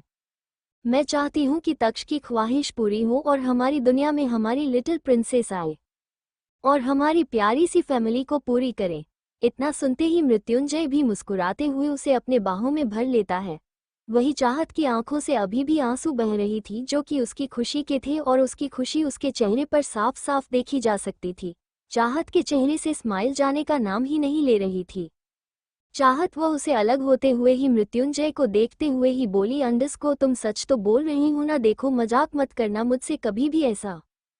तभी मृत्युंजय फिर से उसे यकीन दिलाते हुए बोला, अंडरस्को सच है वाइफी अंडरस्को। फिर इतना बोलते हुए ही वो चाहत का एक हाथ ले जाकर उसके पेट पर रखता है और बोल, फील करो इसे। इतना सुनते ही चाहत अपनी आंखें बंद कर लेती है और उसकी आंखों से एक बूंद आंसू गिर जाता है और वो बोली, अंडरस्को हाँ सच में हमारी प्रिंसेस आएगी, मुझे पूरा यकीन हो गया है। इतना बोलते हुए वो मुस्कुराते हुए फिर से मृत्युंजय के सीने में अपना सर छुपा लेती है और मृत्युंजय उसे अपनी बाहों में छुपा लेता है। वही वो दोनों ही ऐसे ही मुस्कुराते हुए एक दूसरे को अपनी आगोश में लिए हुए बैठे थे। तभी कुलदीप बाहर से गेट खटखटाता है और बोला, अंडरस्को चाहत के डिस्चार्ज पेपर रेडी हो चुके हैं, तो अब हमें चलना चाहिए। वो बिल्कुल ठीक है, डॉक्टर ने कहा है। इतना सुनते ही चाहत और मृत्युंजय दोनों अलग होते हैं और फिर वो दोनों ही एक दूसरे को देखते और मृत्युंजय बोला, अंडरस्को ये तुम्हारी आंखों में आंसू खुशी की है, इसलिए मैं कुछ नहीं कह रहा। अगर तुम रो ही होती तो तुम्हें छोड़ना नहीं मैं। इतना सुनते ही चाहत बोली, अंडरस्को ये सच में ये खुशी के आंसू ही हैं। फिर वो दरवाजे की तरफ देखते हुए ही बोली, अंडरस्को कुलदीप अंदर आ जाओ। वही कुलदीप के अंदर आता है, वो चाहत को देखता है तो वह भी मुस्कुराते हुए चाहत के पास आकर उसके सिर पर हाथ रखते हुए ही बोला, अंडरस्कोर कांग्रेचुलेशंस बेस्टी, तुम एक और लिटिल चैंप मुझे देने वाली हो जो बिल्कुल तक्ष के जैसा ही शैतान होगा। इतना सुनते ही चाहत मुस्कुराते हुए ही बोली, underscore thank you so much, लेकिन इस बार मुझे प्रिंस चाहिए है। इतना सुनते हैं कुलदीप बोल, हाँ अंडरस्कोर क्यों नहीं, इस बार तो प्रिंसेस ही आएगी, हमारे लिटिल प्रिंसेस, जो बिल्कुल तुम्हारी तरह होगी, ना कि डेविल की तरह। Tears of Joy, tears of Joy. इतना सुनते ही मृत्युंजय कुलदीप को घूरने लगता है। वही चाहत तो हंसने लगती है और चाहत को देखकर वही उन तीनों की चेहरे पर ही स्माइल जाने का नाम नहीं ले रही थी। फिर कुलदीप चाहत को देखते हुए बोलना, अंडरस्कोर क्या तुम ठीक हो घर जाने के लिए? चाहत बोली, अंडरस्कोर अब एक खुशखबरी सुनने के बाद तो मैं बिल्कुल ही ठीक हूँ। मुझे अभी जल्दी से घर जाना है और कान्हा जी के पास जाकर मुझे उसे प्रसाद की थाल भी धरना है। तो चलिए जल्दी से, मुझे अब रहा नहीं जा रहा। इतना सुनते ही वो खड़ी हो जाती है और वही मृत्युंजय उसका हाथ पकड़ लेता है और उसे कंधे से पकड़ते हुए उसे लेकर आगे बढ़ जाता है। वो तीनों ही बाहर आ जाते हैं। वहीं कुलदीप बोला, अंडरस्कोर मैं अपनी कार लेकर आता हूँ, तुम दोनों अपनी कार लेकर कर पहुंचा। वही कुलदीप अपनी कार लेकर वहां से चला जाता है और चाहत और मृत्युंजय दोनों ही एक कार में बैठकर वहां से घर के लिए निकल जाते हैं। कुछ वक्त बाद वह तीनों ही घर पहुंचते हैं और घर पहुंचकर मृत्युंजय फिर से चाहत को अपने साथ ले जाता है और वो घर में आने लगते हैं। एल की तभी शालिनी जी, जो कि नीचे सीढ़ियों से उतरते हुए ही आ रही थी, वो बोली, अंडरस्कोर अरे मृत्युंजय, चाहत चाहत तुम्हें क्या हुआ, तुम ठीक तो हो बेटा? इतना बोलते हुए वहां पर जल्दी से आ जाती हैं और घर के बाकी लोग भी शालिनी जी की आवाज सुनकर वहां पर आ जाते हैं। वही तभी मृत्युंजय और चाहत के चेहरे पर जो स्माइल थी वो देखकर सब लोग कंफ्यूज हो रहे थे कि चाहत की तबीयत कुछ ठीक नहीं लग रही और इन दोनों के चेहरे पर फिर भी स्माइल है। तभी साली जी चाहत के चेहरे पर हाथ रखकर बोली, प्यार से बोली, अंडरस्कोर बेटा तुम ठीक हो, क्या हुआ तुम्हें? इतना सुनते ही चाहत उसके लग जाती है और बोली, अंडरस्कोर मैं बहुत खुश हूँ माँ। वही तभी इस शालिनी जी भी उसे मुस्कुराते हुए अपने गले से लगती हैं और बोली, अंडरस्कोर वह तो ठीक है बेटा, लेकिन तुम मुझे बताओगे कि तुम्हें क्या हुआ है? तुम्हारी तबीयत कुछ ठीक नहीं लग रही है, तुम्हारी हालत बता रही है। तभी चाहत बोली, अंडरस्कोर अब तो मैं बिल्कुल ठीक ही हूँ। तभी कुलदीप उन सबके पीछे से आते हुए ही बोला, अंडरस्कोर अब ये दोनों बिल्कुल ठीक हैं आंटी जी। तभी साली जी है रानी से कुलदीप को देखते हुए बोले, अंडरस्कोर लेकिन मुझे कुछ कोई बताएगा? तभी कुलदीप मुस्कुराते हुए ही बोला, अंडरस्कोर आप फिर से दादी माँ बनने वाली हैं। इस घर में फिर से खुशियों की लहरें, फिर से खुशियाँ आ चुकी हैं और इस घर की लिटिल डेविल प्रिंसेस आने वाली हैं। इतना सुनते ही सब लोग हैरान हो जाते हैं और सब लोग चौंक कर मृत्युंजय और चाहत को देखने लगते हैं। वही चाहत तो अपना सिर झुकाए हुए है खड़ी थी। तभी साली जी आगे बढ़कर चाहत के बलिया लेते हुए ही बोली, अंडरस्कोर मेरी प्यारी सी बच्ची, तुझे नजर ना लगे और तू हमेशा खुश रहे और ऐसे ही हम सबको खुशियां देती रहे। तभी आन्या हैरान हो जाती है और वह हैरानी से मृत्युंजय को देख रही थी और वही मृत्युंजय के चेहरे पर स्माइल थी। तभी शालिनी जी मृत्युंजय को देखते हुए ही बोली, अंडरस्कोर अच्छा तो तुम्हारे चेहरे पर इसलिए ऐसी स्माइल है, आखिर तुम भी तो पापा बनने वाले हो दूसरी बार। हमारा तक्ष कहाँ पर है? अगर उसे पता चला कि उसे उसकी छोटी बहन आने वाली है तो वह पूरा घर सर पर उठा लेगा। वही सबके चेहरे पर स्माइल आ चुकी थी और सब लोग आगे बढ़कर चाहत को मुबारकबाद दे रहे थे। वही आन्या भी चाहत के सामने आती है और एक नकली स्माइल करते हुए ही बोली, मुबारक हो चाहत। वही चाहत आन्या को देखते हुए बोली, अंडरस्कोर तुम्हें भी मुबारक, और आखिर तुम भी तो मेरे बच्चे की बुआ बनने वाली हो। वही इतना सुनते ही आन्या जल्दी से बोली, अंडरस्कोर नहीं नहीं, मैं बुआ नहीं ही किसी की, मैं सिर्फ तुम्हारी और मृत्युंजय की दोस्त हूँ। इतना बोलकर वह वहां से गुस्से से ही अपनी मुठिया कसते हुए ही किसी को ना पता चले वैसे ही वहां से चली जाती है। वही चाहत उसे देखते हुए एक डेविल स्माइल करती है और फिर सबके साथ ही वह वहां पर होल में आकर बैठ जाती है। वही साली जी बोली, अंडरस्कोर अरे मिठाई लाओ कोई, अभी तो हम सब मिठाई खाएंगे और कुछ नहीं। इतना बोलकर वो मुस्कुराने लगती है। वहीं पर एक सर्वेंट मिठाई की पूरी थाल लेकर आता है और शालिनी जी के खड़ी होकर सब लोगों को मिठाई खिलाने लगती है और सबका मुंह मीठा करने लगती है। वही चाहत बोली, अंडरस्कोर मैं अभी कान्हा जी के चरणों में मिठाई रख कर आती हूँ। इतना बोलकर वो एक मिठाई का डब्बा लेती है और वहां से कान्हा जी के पास चली जाती है। वही चाहत कान्हा जी की मूर्ति के सामने जाकर उसके चरणों में बैठकर वो बोली, अंडस को थैंक यू सो मच, आपने मुझे इतनी बड़ी खुशी दी, बस आप मेरे परिवार को ऐसे ही खुश रखिए और हमेशा हमारे साथ रहिए। इतना बोलकर वो अपने हाथ जोड़ लेती हैं और उसके चरणों में वो मिठाई रख देती हैं और फिर वो कान्हा जी को देखकर मुस्कुराते हुए ही बोली, अंडस को मिठाई जरूर खा लीजिएगा। इतना बोलकर वो अपना माथा टेक कर कर वहां से फिर से सबके पास आ जाती हैं। वही अभी फिलहाल के लिए तो बुआ जी भी बहुत खुश थी। वो भी बाहर गई हुई थी और वो आज ही आई थी, और उसने जब ये सुना कि इस घर में फिर से खुशियां आने वाली हैं, लिटिल प्रिंसेस आने वाली है, सुनकर वह भी बहुत खुश हो चुकी थी। वो चाहत को देखते हुए ही बोली, अंडस को मुबारक हो बेटा। इतना बोलते हुए उसके सर पर हाथ रखती है और बोली, अंडस को वैसे भी मैं कहती हूँ कि इसी खुशी पे एक पार्टी रखते हैं, और वैसे भी तुम दोनों की वो शादी की सालगिरह भी आने वाली है, और उसे क्या कहते हैं इंग्लिश में, happy ending, tears of Joy, tears of Joy. इतना सुनते ही कुलदीप मुस्कुराते हुए ही बोला, अंडस को उसे हैप्पी एनिवर्सरी कहते हैं, टीयर्स ऑफ जॉय। इतना सुनते ही सब लोग हंसने लगते हैं। बुआ जी बोली, अंडस को बस तुम सब लोग मुझ पर हंसो मत, मुझे बस इतना ही इंग्लिश आती है। और इतना सुनते ही सब लोग अपने अपने पेट पकड़कर हंसने लगते हैं। वहीं दूसरी तरफ आन्या इधर से उधर कमरे में पूरे चक्कर लगा रही थी। वही रीना जी के चेहरे पर स्माइल थी, उसके चेहरे से स्माइल जाने का नाम नहीं ले रही थी। जब से उसने ये खबर सुनी कि वो फिर से दादी माँ बनने वाली हैं और फिर से एक और खुशियाँ उसकी झोली में आने वाली हैं, ये सुनकर वह भी मुस्कुरा रही थी। और वो अन्य के पास आते हुए बोली, अंडस को क्या हुआ बेटा, तो क्यों इधर से उधर घूम रही है, चलना सबके साथ बैठ।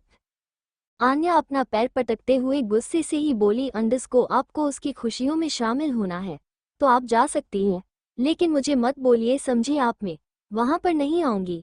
मुझे मेरा मृत्युंजय चाहिए था, लेकिन नहीं, आपने तो मुझे वह भी नहीं दिया ना, आपने कोई प्लान सक्सेस हुआ। वही आन्या को गुस्से में देखकर रीना जी बोले, अंडस को अभी तुम कुछ नहीं करोगी आन्या, अभी मेरी पोती इस दुनिया में कुछ ही वक्त बाद आने वाली है, तो चाहत तुम कुछ भी नहीं करोगी। मैं नहीं चाहती कि मेरी पोती के साथ कुछ भी हो। मैं चाहत से भले ही नाराज हूँ, मुझे उससे नफरत है या कुछ भी हो, लेकिन मेरा अंश मुझे बहुत ही प्यारा है, वह मेरा खून ही है। समझ में आए बात, तुम कुछ भी नहीं करोगी। इतना बोलकर वह उसे धमकाते हुए वहां से चली जाती हैं। वहीं आन्या और गुस्से से ही वहां पर पड़ा हुआ वास फेंक देती हैं और वो वास टूटकर टूट जाता है। वो बोली, अंडस को ये बुढ़िया मुझे धमका कर गई है, ये बुढ़िया, इसकी औकात ही क्या है इस घर में। लेकिन कोई बात नहीं, एक बार में मृत्युंजय मेरे हाथ में आ जाए, फिर इन सबको मैं इसकी औकात दिखाई हूँ। इतना बोलकर वो कुछ सोचने लगती है।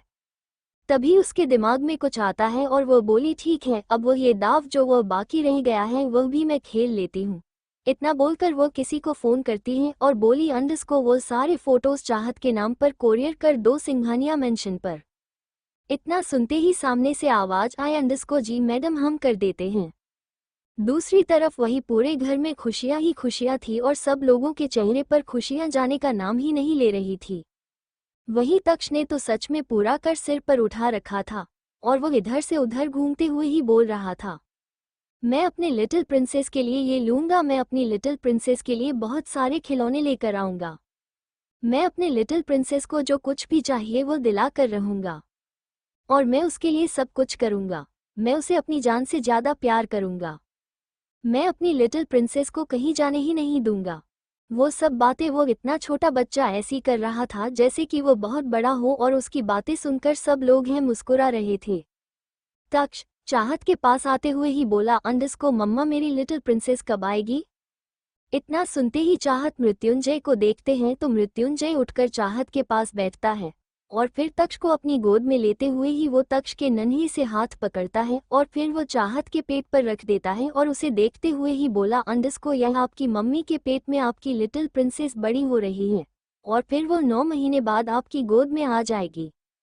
इतना सुनते ही तक्ष हैरानी से चाहत के पेट को देखता है और फिर वो चाहत को देखते हुए ही बोला, अंडस को मम्मा, प्रिंसेस सच में आपके पेट में है और फिर 9 महीने बाद मेरे गोद में आ जाएगी। तक्ष फिर उसकी गोद से नीचे उतरता है और फिर वो चाहत के पास जाता है और नीचे झुककर वो चाहत के पेट पर किस करते हुए ही बोला, अंडस को लव यू प्रिंसेस। इतना बोलते हुए ही वो चाहत को मुस्कुराते हुए देखने लगता है। वही चाहत हैरानी से तक्ष देखती है और सब मुस्कुराने लगते हैं। वही सब लोग मुस्कुराते हुए तक्ष को ही देख रहे थे। वहीं तक्ष सबको देखता है और फिर वो चाहत को देखते हुए ही बोला, अंडस को देखना मम्मा, एक बार मेरी प्रिंसेस एक बार मेरे पास आ जाए फिर मैं उसे कितना खुश रखूंगा। इस दुनिया के हर एक खुशियां मैं अपनी प्रिंसेस के कदमों में रख दूंगा। मेरी प्रिंसेस को कुछ भी चाहिए वो मैं उसे लेकर दे दूंगा। वो चाहे कुछ भी मांग ले मैं उसे सब कुछ लेकर दूंगा ही दूंगा। एक बार मेरी प्रिंसेस इस दुनिया में आ जाए और फिर मैं उसे अपने पास ही रखूंगा। वो हमेशा तक्ष की प्रिंसेस ही बनकर रहेगी, है ना मामा? मेरी प्रिंसेस ही रहेगी ना? मैं उसे किसी के साथ शेयर नहीं करूंगा, मैं पहले कह रहा हूँ।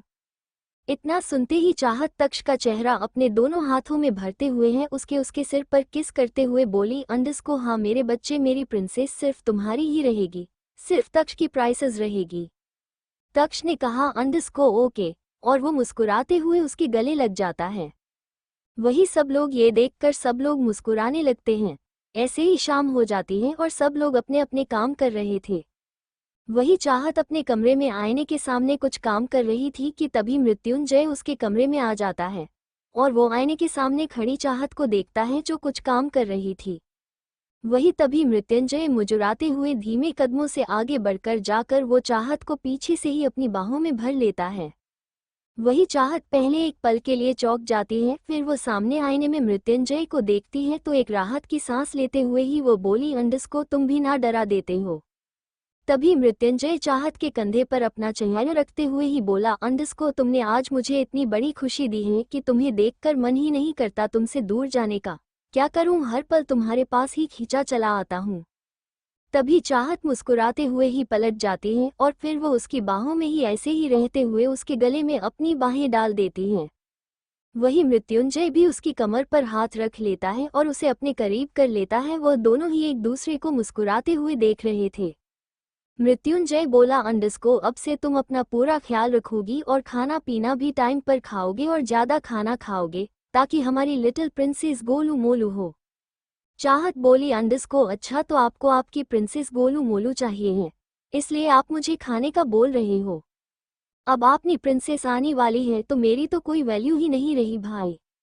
इतना बोलते हुए उसका चेहरा देखते लायक था। वही मृत्युंजय उसके सिर पर किस करता है और बोला, अंडस को, तुम सबसे खास हो ना मेरे लिए। इतना सुनते ही चाहत शर्म से सिर झुका लेती है। वो बोली, अंडस को, मृत्युंजय, क्या सच में प्रिंसेस ही आएगी हमारी इस दुनिया में, या फिर बेटा भी तो हो सकता है ना? तो मृत्युंजय ने कहा, अंडस को, डोंट नो, बट हम सबकी मर्जी है कि भगवान हमें एक बेटी ही दे, तो शायद हमारी ये ख्वाहिश भगवान जी जरूर पूरी करेंगे, डोंट वरी। तभी मृत्युंजय चाहत को देखते हुए आगे बढ़कर उसके दोनों गालों पर किस करता है और फिर उसकी आंखों के देखते हुए ही वो उसके होंठों की तरफ बढ़ जाता है। वही तभी चाहत उसके होठों पर अपने हाथ रखते हुए बोली, अंडस को, आपको पता है अभी कुछ देर पहले ही डॉक्टर का कॉल आया था और उसने मुझे सब कुछ बताया है कि कैसे क्या क्या खाना खाना है और यह भी बताया है कि हम दोनों करीब नहीं आ सकते। आप समझ रहे हैं ना मैं क्या कहने की कोशिश कर रही हूँ? उसने कहा है कि हम दोनों जितना हो सके उतना दूर रहें और खुद का मैं ख्याल रखूं, और अभी यह सब कुछ ठीक नहीं है हमारे आने वाले प्रिंसेस के लिए। इतना सुनते ही मृत्युंजय पहले तो हैरान रह जाता है, लेकिन फिर वो एक स्माइल करते हुए ही चाहत का हाथ अपने चेहरे से हटता है और बोला, अंडस को, अच्छा डॉक्टर ने ऐसा कहा है ना कि मैं हम दोनों करीब नहीं आ सकते, लेकिन ये तो नहीं कहा ना कि हम दोनों किस थ्रोइंग किसेस नहीं कर सकते। इतना सुनते ही चाहत हैरान हो जाती है और वो बोली, अंडस को, वाह हेबी जी, आप कितने बेशर्म हो चुके हैं। आपको जरा भी शर्म नहीं आए? डॉक्टर ने मना किया है तो क्यों आप पीछे पड़े हैं मेरे? तभी मृत्युंजय बोला, अंडस को, मेरा मन कर रहा है तुम्हें जी भर कर चूमूं, इतनी बड़ी खुशखबरी दी है तो मेरा हक तो बनता है ना, इसलिए मैं तुम्हें किस देना चाहता हूँ। चाहत बोली, अंडस को, मुझे कुछ नहीं चाहिए तुम्हारा। इतना बोलते हुए उसके चेहरे पर एक स्माइल थी। वही मृत्युंजय बोला, अंडस को, अब तुम्हारी मर्जी ये निचाई चलेगी। इतना बोलकर वो चाहत के चेहरे की तरफ अपना चेहरा बढ़ा देता है। वही चाहत ये देखकर अपने आंखें बंद कर लेती है और उसके चेहरे पर भी हल्की सी मुस्कान आ जाती है। वही मृत्युंजय अपने होंठ चाहत के होठों पर रख देता है और उसे चूमने लगता है। वही चाहत ऐसे ही खड़ी थी और उसके चेहरे पर मुस्कान थी। वो मृत्युंजय को महसूस कर रही थी। वही मृत्युंजय करीब 2-3 मिनट ऐसे ही किस करता रहता है। वही चाहत से भी फिर रहा नहीं जाता तो वह भी उसका साथ देने लगती है। वह भी दोनों एक दूसरे को चूम रहे थे कि तभी कोई कमरे का दरवाजा कोई खटखटाता है, जिसे सुनकर वो दोनों ही चौंक जाते और दूर होते हैं। मृत्युंजय बोला, अंडस को अभी कौन आया है? मेरा रोमांस का दुश्मन शायद आया होगा। तभी चाहत ये सुनकर मुस्कुराते हुए बोली, पता नहीं, मैंने तो किसी को नहीं बुलाया है। इतना सुनते ही मृत्युंजय आगे बढ़कर दरवाजा खोलता है तो सामने तक्ष खड़ा था और उसके साथ एक सर्वेंट भी खड़ी थी जिसके हाथों में फ्रूट की थाली थी जिसमें बहुत सारे फ्रूट्स थे, जिसे देखकर मृत्युंजय हैरान हो जाता है। वही तक्ष मृत्युंजय को साइड करते हुए ही बोला, अंडस को साइड हो, मुझे मेरे मम्मा के पास जाने दीजिए। इतना बोलते हुए वो सर्वेंट को लेकर चाहत के पास आ जाता है। तक्ष चाहत को बेड पर बिठाते हुए ही बोला, अंडस को, मम्मा देखिए मैं आपके लिए कितना खाना लेकर आया हूँ। अब जल्दी जल्दी यह खाना खत्म कर देना ताकि हमारे लिटिल प्रिंसेस को आपके पेट में भूख ना लगे और वो गोलमोल सी हो। इतना सुनते ही चाहत हैरान हो जाती है और तक्ष उसको देखने लगती है। वही तक्ष बोला, अंडस को, चलिए जल्दी खाना खत्म करिए। वही फिर सर्वेंट भी उसके पास वो थाल वहां पर रख देता है जिसमें बहुत सारा फ्रूट कटे हुए थे। वही तक्ष उसमें से एक पीस लेकर वो अपनी मम्मा को खिलाते हुए बोला, अंडस को, चलिए ये सब कुछ फिनिश करना है। वही चाहत तक्ष को देखते हुए बोली, अंडस को, बेटा ये क्या पागलपन है, यह मुझसे खत्म नहीं होगा। तुम इसे ले जाओ और जिसे भी खाना है उसे दे देना, मुझसे इतना ज्यादा खाना खत्म नहीं होगा। तभी तक्ष बोला, अंडस को, आप जो भी कहें आपको ये सब कुछ खत्म करना है ही होगा। इतना बोलते हुए वो उसे फिर से खिलाने लगता है। वही चाहत जब सामने देखती है तो सामने मृत्युंजय अभी भी दरवाजे पर खड़ा था और वह हैरान वहीं पर ही ऐसे ही स्टेचू बना हुआ था। तभी चाहत बोले, अंडस को, आप वहां पर क्या कर रहे हैं? आप भी आ जाए और फ्रूट खा लिया थोड़े से। वही मृत्युंजय होश में आता है और वह भी चाहत के पास चला जाता है। फिर वो तीनों ही हंसते मुस्कुराते हुए ही वो सारे फ्रूट्स खत्म करते हैं। वही डिनर का टाइम हो गया था और वो सब लोग खाना खाने के लिए नीचे आ जाते हैं। वही चाहत अभी वहीं हॉल में आसपास ही काम कर रही थी। हॉल में सब लोगों में बैठे हुए थे और बाकी सब लोग जो काम बचा हुआ था वो काम कर रहे थे। चारों तरफ खुशियां ही खुशियां बिखरी हुई थी। तभी घर के मेन गेट का दरवाजा कोई खटखटा है तो ये सुनकर चाहत जो इससे थोड़ी दूर पर खड़ी थी वो बोली, अंडस को, मैं खोलती हूँ। इतना बोलते हुए वो दरवाजा खोलती है तो सामने एक कोरियर वाला था। कोरियर वाला बोला, अंडस को, मिसेस चाहत से मुझे काम था। तभी चाहत बोली, अंडस को, मैं ही हूँ। वही वो कुरियर वाला चाहत को एक पैकेट देते हुए ही बोला, अंडस को, आपके लिए पैकेट आया हुआ है। इतना बोलकर वो बोला, यहाँ पर साइन कर दीजिए। वही चाहत वहां पर साइन कर देती है और वो पैकेट लेकर वो घर के हॉल में आ जाती है। वही सोफे पे सब लोग बैठे हुए थे। वही मृत्युंजय भी वहां पर सबके के साथ ही बैठा हुआ था। तभी शालिनी जी बोली, अंडस को, कौन आया था बेटा? चाहत बोली, अंडस को, कुरियर वाला था। उतना बोलकर वो बोली, अंडस को, कुरियर मैं खोल कर देखती हूँ इसमें क्या है। इतना बोलकर वो उस पैकेट को खोलने लगती है। वही सब लोगों का ध्यान चाहत पर ही था। वही चाहत पैकेट को खोलती है और फिर उसमें जो फोटोज थी उसे बाहर निकालकर वो देखती है तो वो ऐसे ही सुन्न सी रह जाती है। एक दो पल के लिए तो उसके पैरों तले जमीन खिसक जाती है, लेकिन 2 पल भर वो होश में आती है और फिर वो उन सारे फोटोज को फिर से देखने लगती है। वहीं आन्या फिलहाल के लिए वो अपने कमरे में थी और शायद वो अभी तक बाहर नहीं आई थी। वही चहता जैसे जैसे वो फोटोज को देख रही थी वैसे ही उनकी हैरानी आगे बढ़ती जा रही थी और उसकी आंखों में हल्की नमी आ जाती है, लेकिन वो खुद को संभालती है और फिर वो उन फोटोज को अपने हाथों में लिए ही सामने मृत्युंजय को देखने लगती है। वही मृत्युंजय को समझ में नहीं आया कि चाहत उसे क्यों देख रही है। तभी शालिनी जी बोली, अंडस को, क्या हुआ बेटा, तुम बताओ इसमें क्या है? और तुम्हारे हाथ में फोटोज है तो इसमें किसकी फोटो है, बताओ जरा। इतना सुनते ही चाहत बोली, अंडस को, मेरे पति की फोटो है इसमें, बड़ी माँ। मृत्युंजय बोला, अंडस को, व्हाट, मेरी फोटो? इतना बोलकर वो आगे बढ़ता है और फिर वह चाहत के हाथों से वो फोटोज ले लेता है और वो फोटोज लेकर खुद देखने लगता है। वो जब वो फोटो देखता है तो वह भी हैरान रह जाता है और वो चाहत को देखते हुए ही बोला, अंडस को, ये सब क्या है? चाहत बोली, अंडस को, मैं भी तुमसे यही पूछने वाली हूँ कि यह सब क्या है।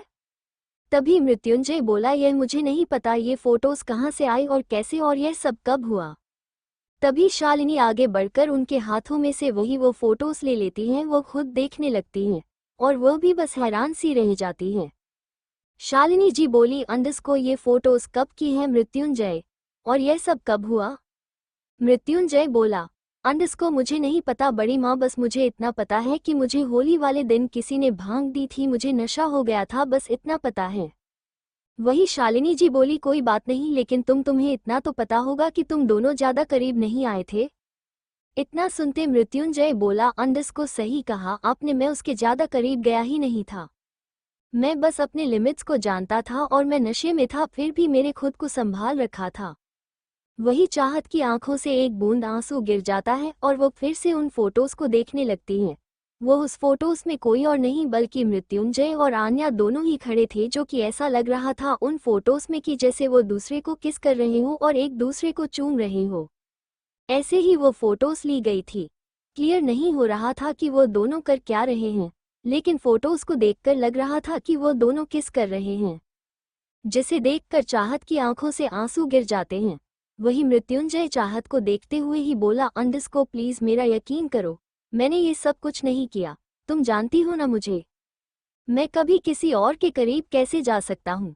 वही चाहत अपनी आंखों में आई हुई नमी के पूछती और फिर वो सारे फोटोज लेकर आन्या के कमरे की तरफ बढ़ जाती हैं। वहीं बाकी सब लोग भी सोच रहे थे कि यह सब हो क्या रहा है। वो सब भी चाहत के पीछे ही सब लोग आगे बढ़ जाते हैं। वही चाहत आन्या के कमरे में आकर वो उसे फोटो को देखते हुए ही बोली, अंडरस्कोर ये सब कुछ क्या है आन्या, बताओ मुझे, सब कुछ क्या है। इतना सुनते ही आन्या एक डेविल करते हुए ही बोली, अंडरस्कोर मुझे क्यों पूछ रही हो तुम, मुझे क्या पता होगा इसमें। वही तभी सब लोगों को देखकर आन्या फिर ठीक से चाहत को जवाब देते हुए बोली, अंडरस्कोर क्या हुआ चाहत, तुम क्यों इतना परेशान हो रही हो। तभी चाहत और सारी फोटोज आन्या के मुंह पर मारते हुए बोली, अंडरस्कोर इस फोटो देखो, बताओ ये सब कुछ क्या है। वही आन्या हैरान होने का नाटक हुए ही फोटो को देखकर बोली, अंडरस्कोर ये सब कुछ क्या है। देखो चाहत तुम गलत मत समझना, ये सब कुछ गलत है, हम दोनों के बीच ऐसा कुछ भी नहीं हुआ जैसे तुम सोच रही हो। ये फोटो गलत तरीके से ली गई है, और होली के दिन जब मृत्युंजय को नशा हुआ था और जब वो ठीक से चल नहीं पा रहा था तो मैं उसे अपने कमरे तक लेकर आई थी ताकि वो आराम कर सके, तब की है ये फोटोज और हम दोनों की कोई गलती नहीं है।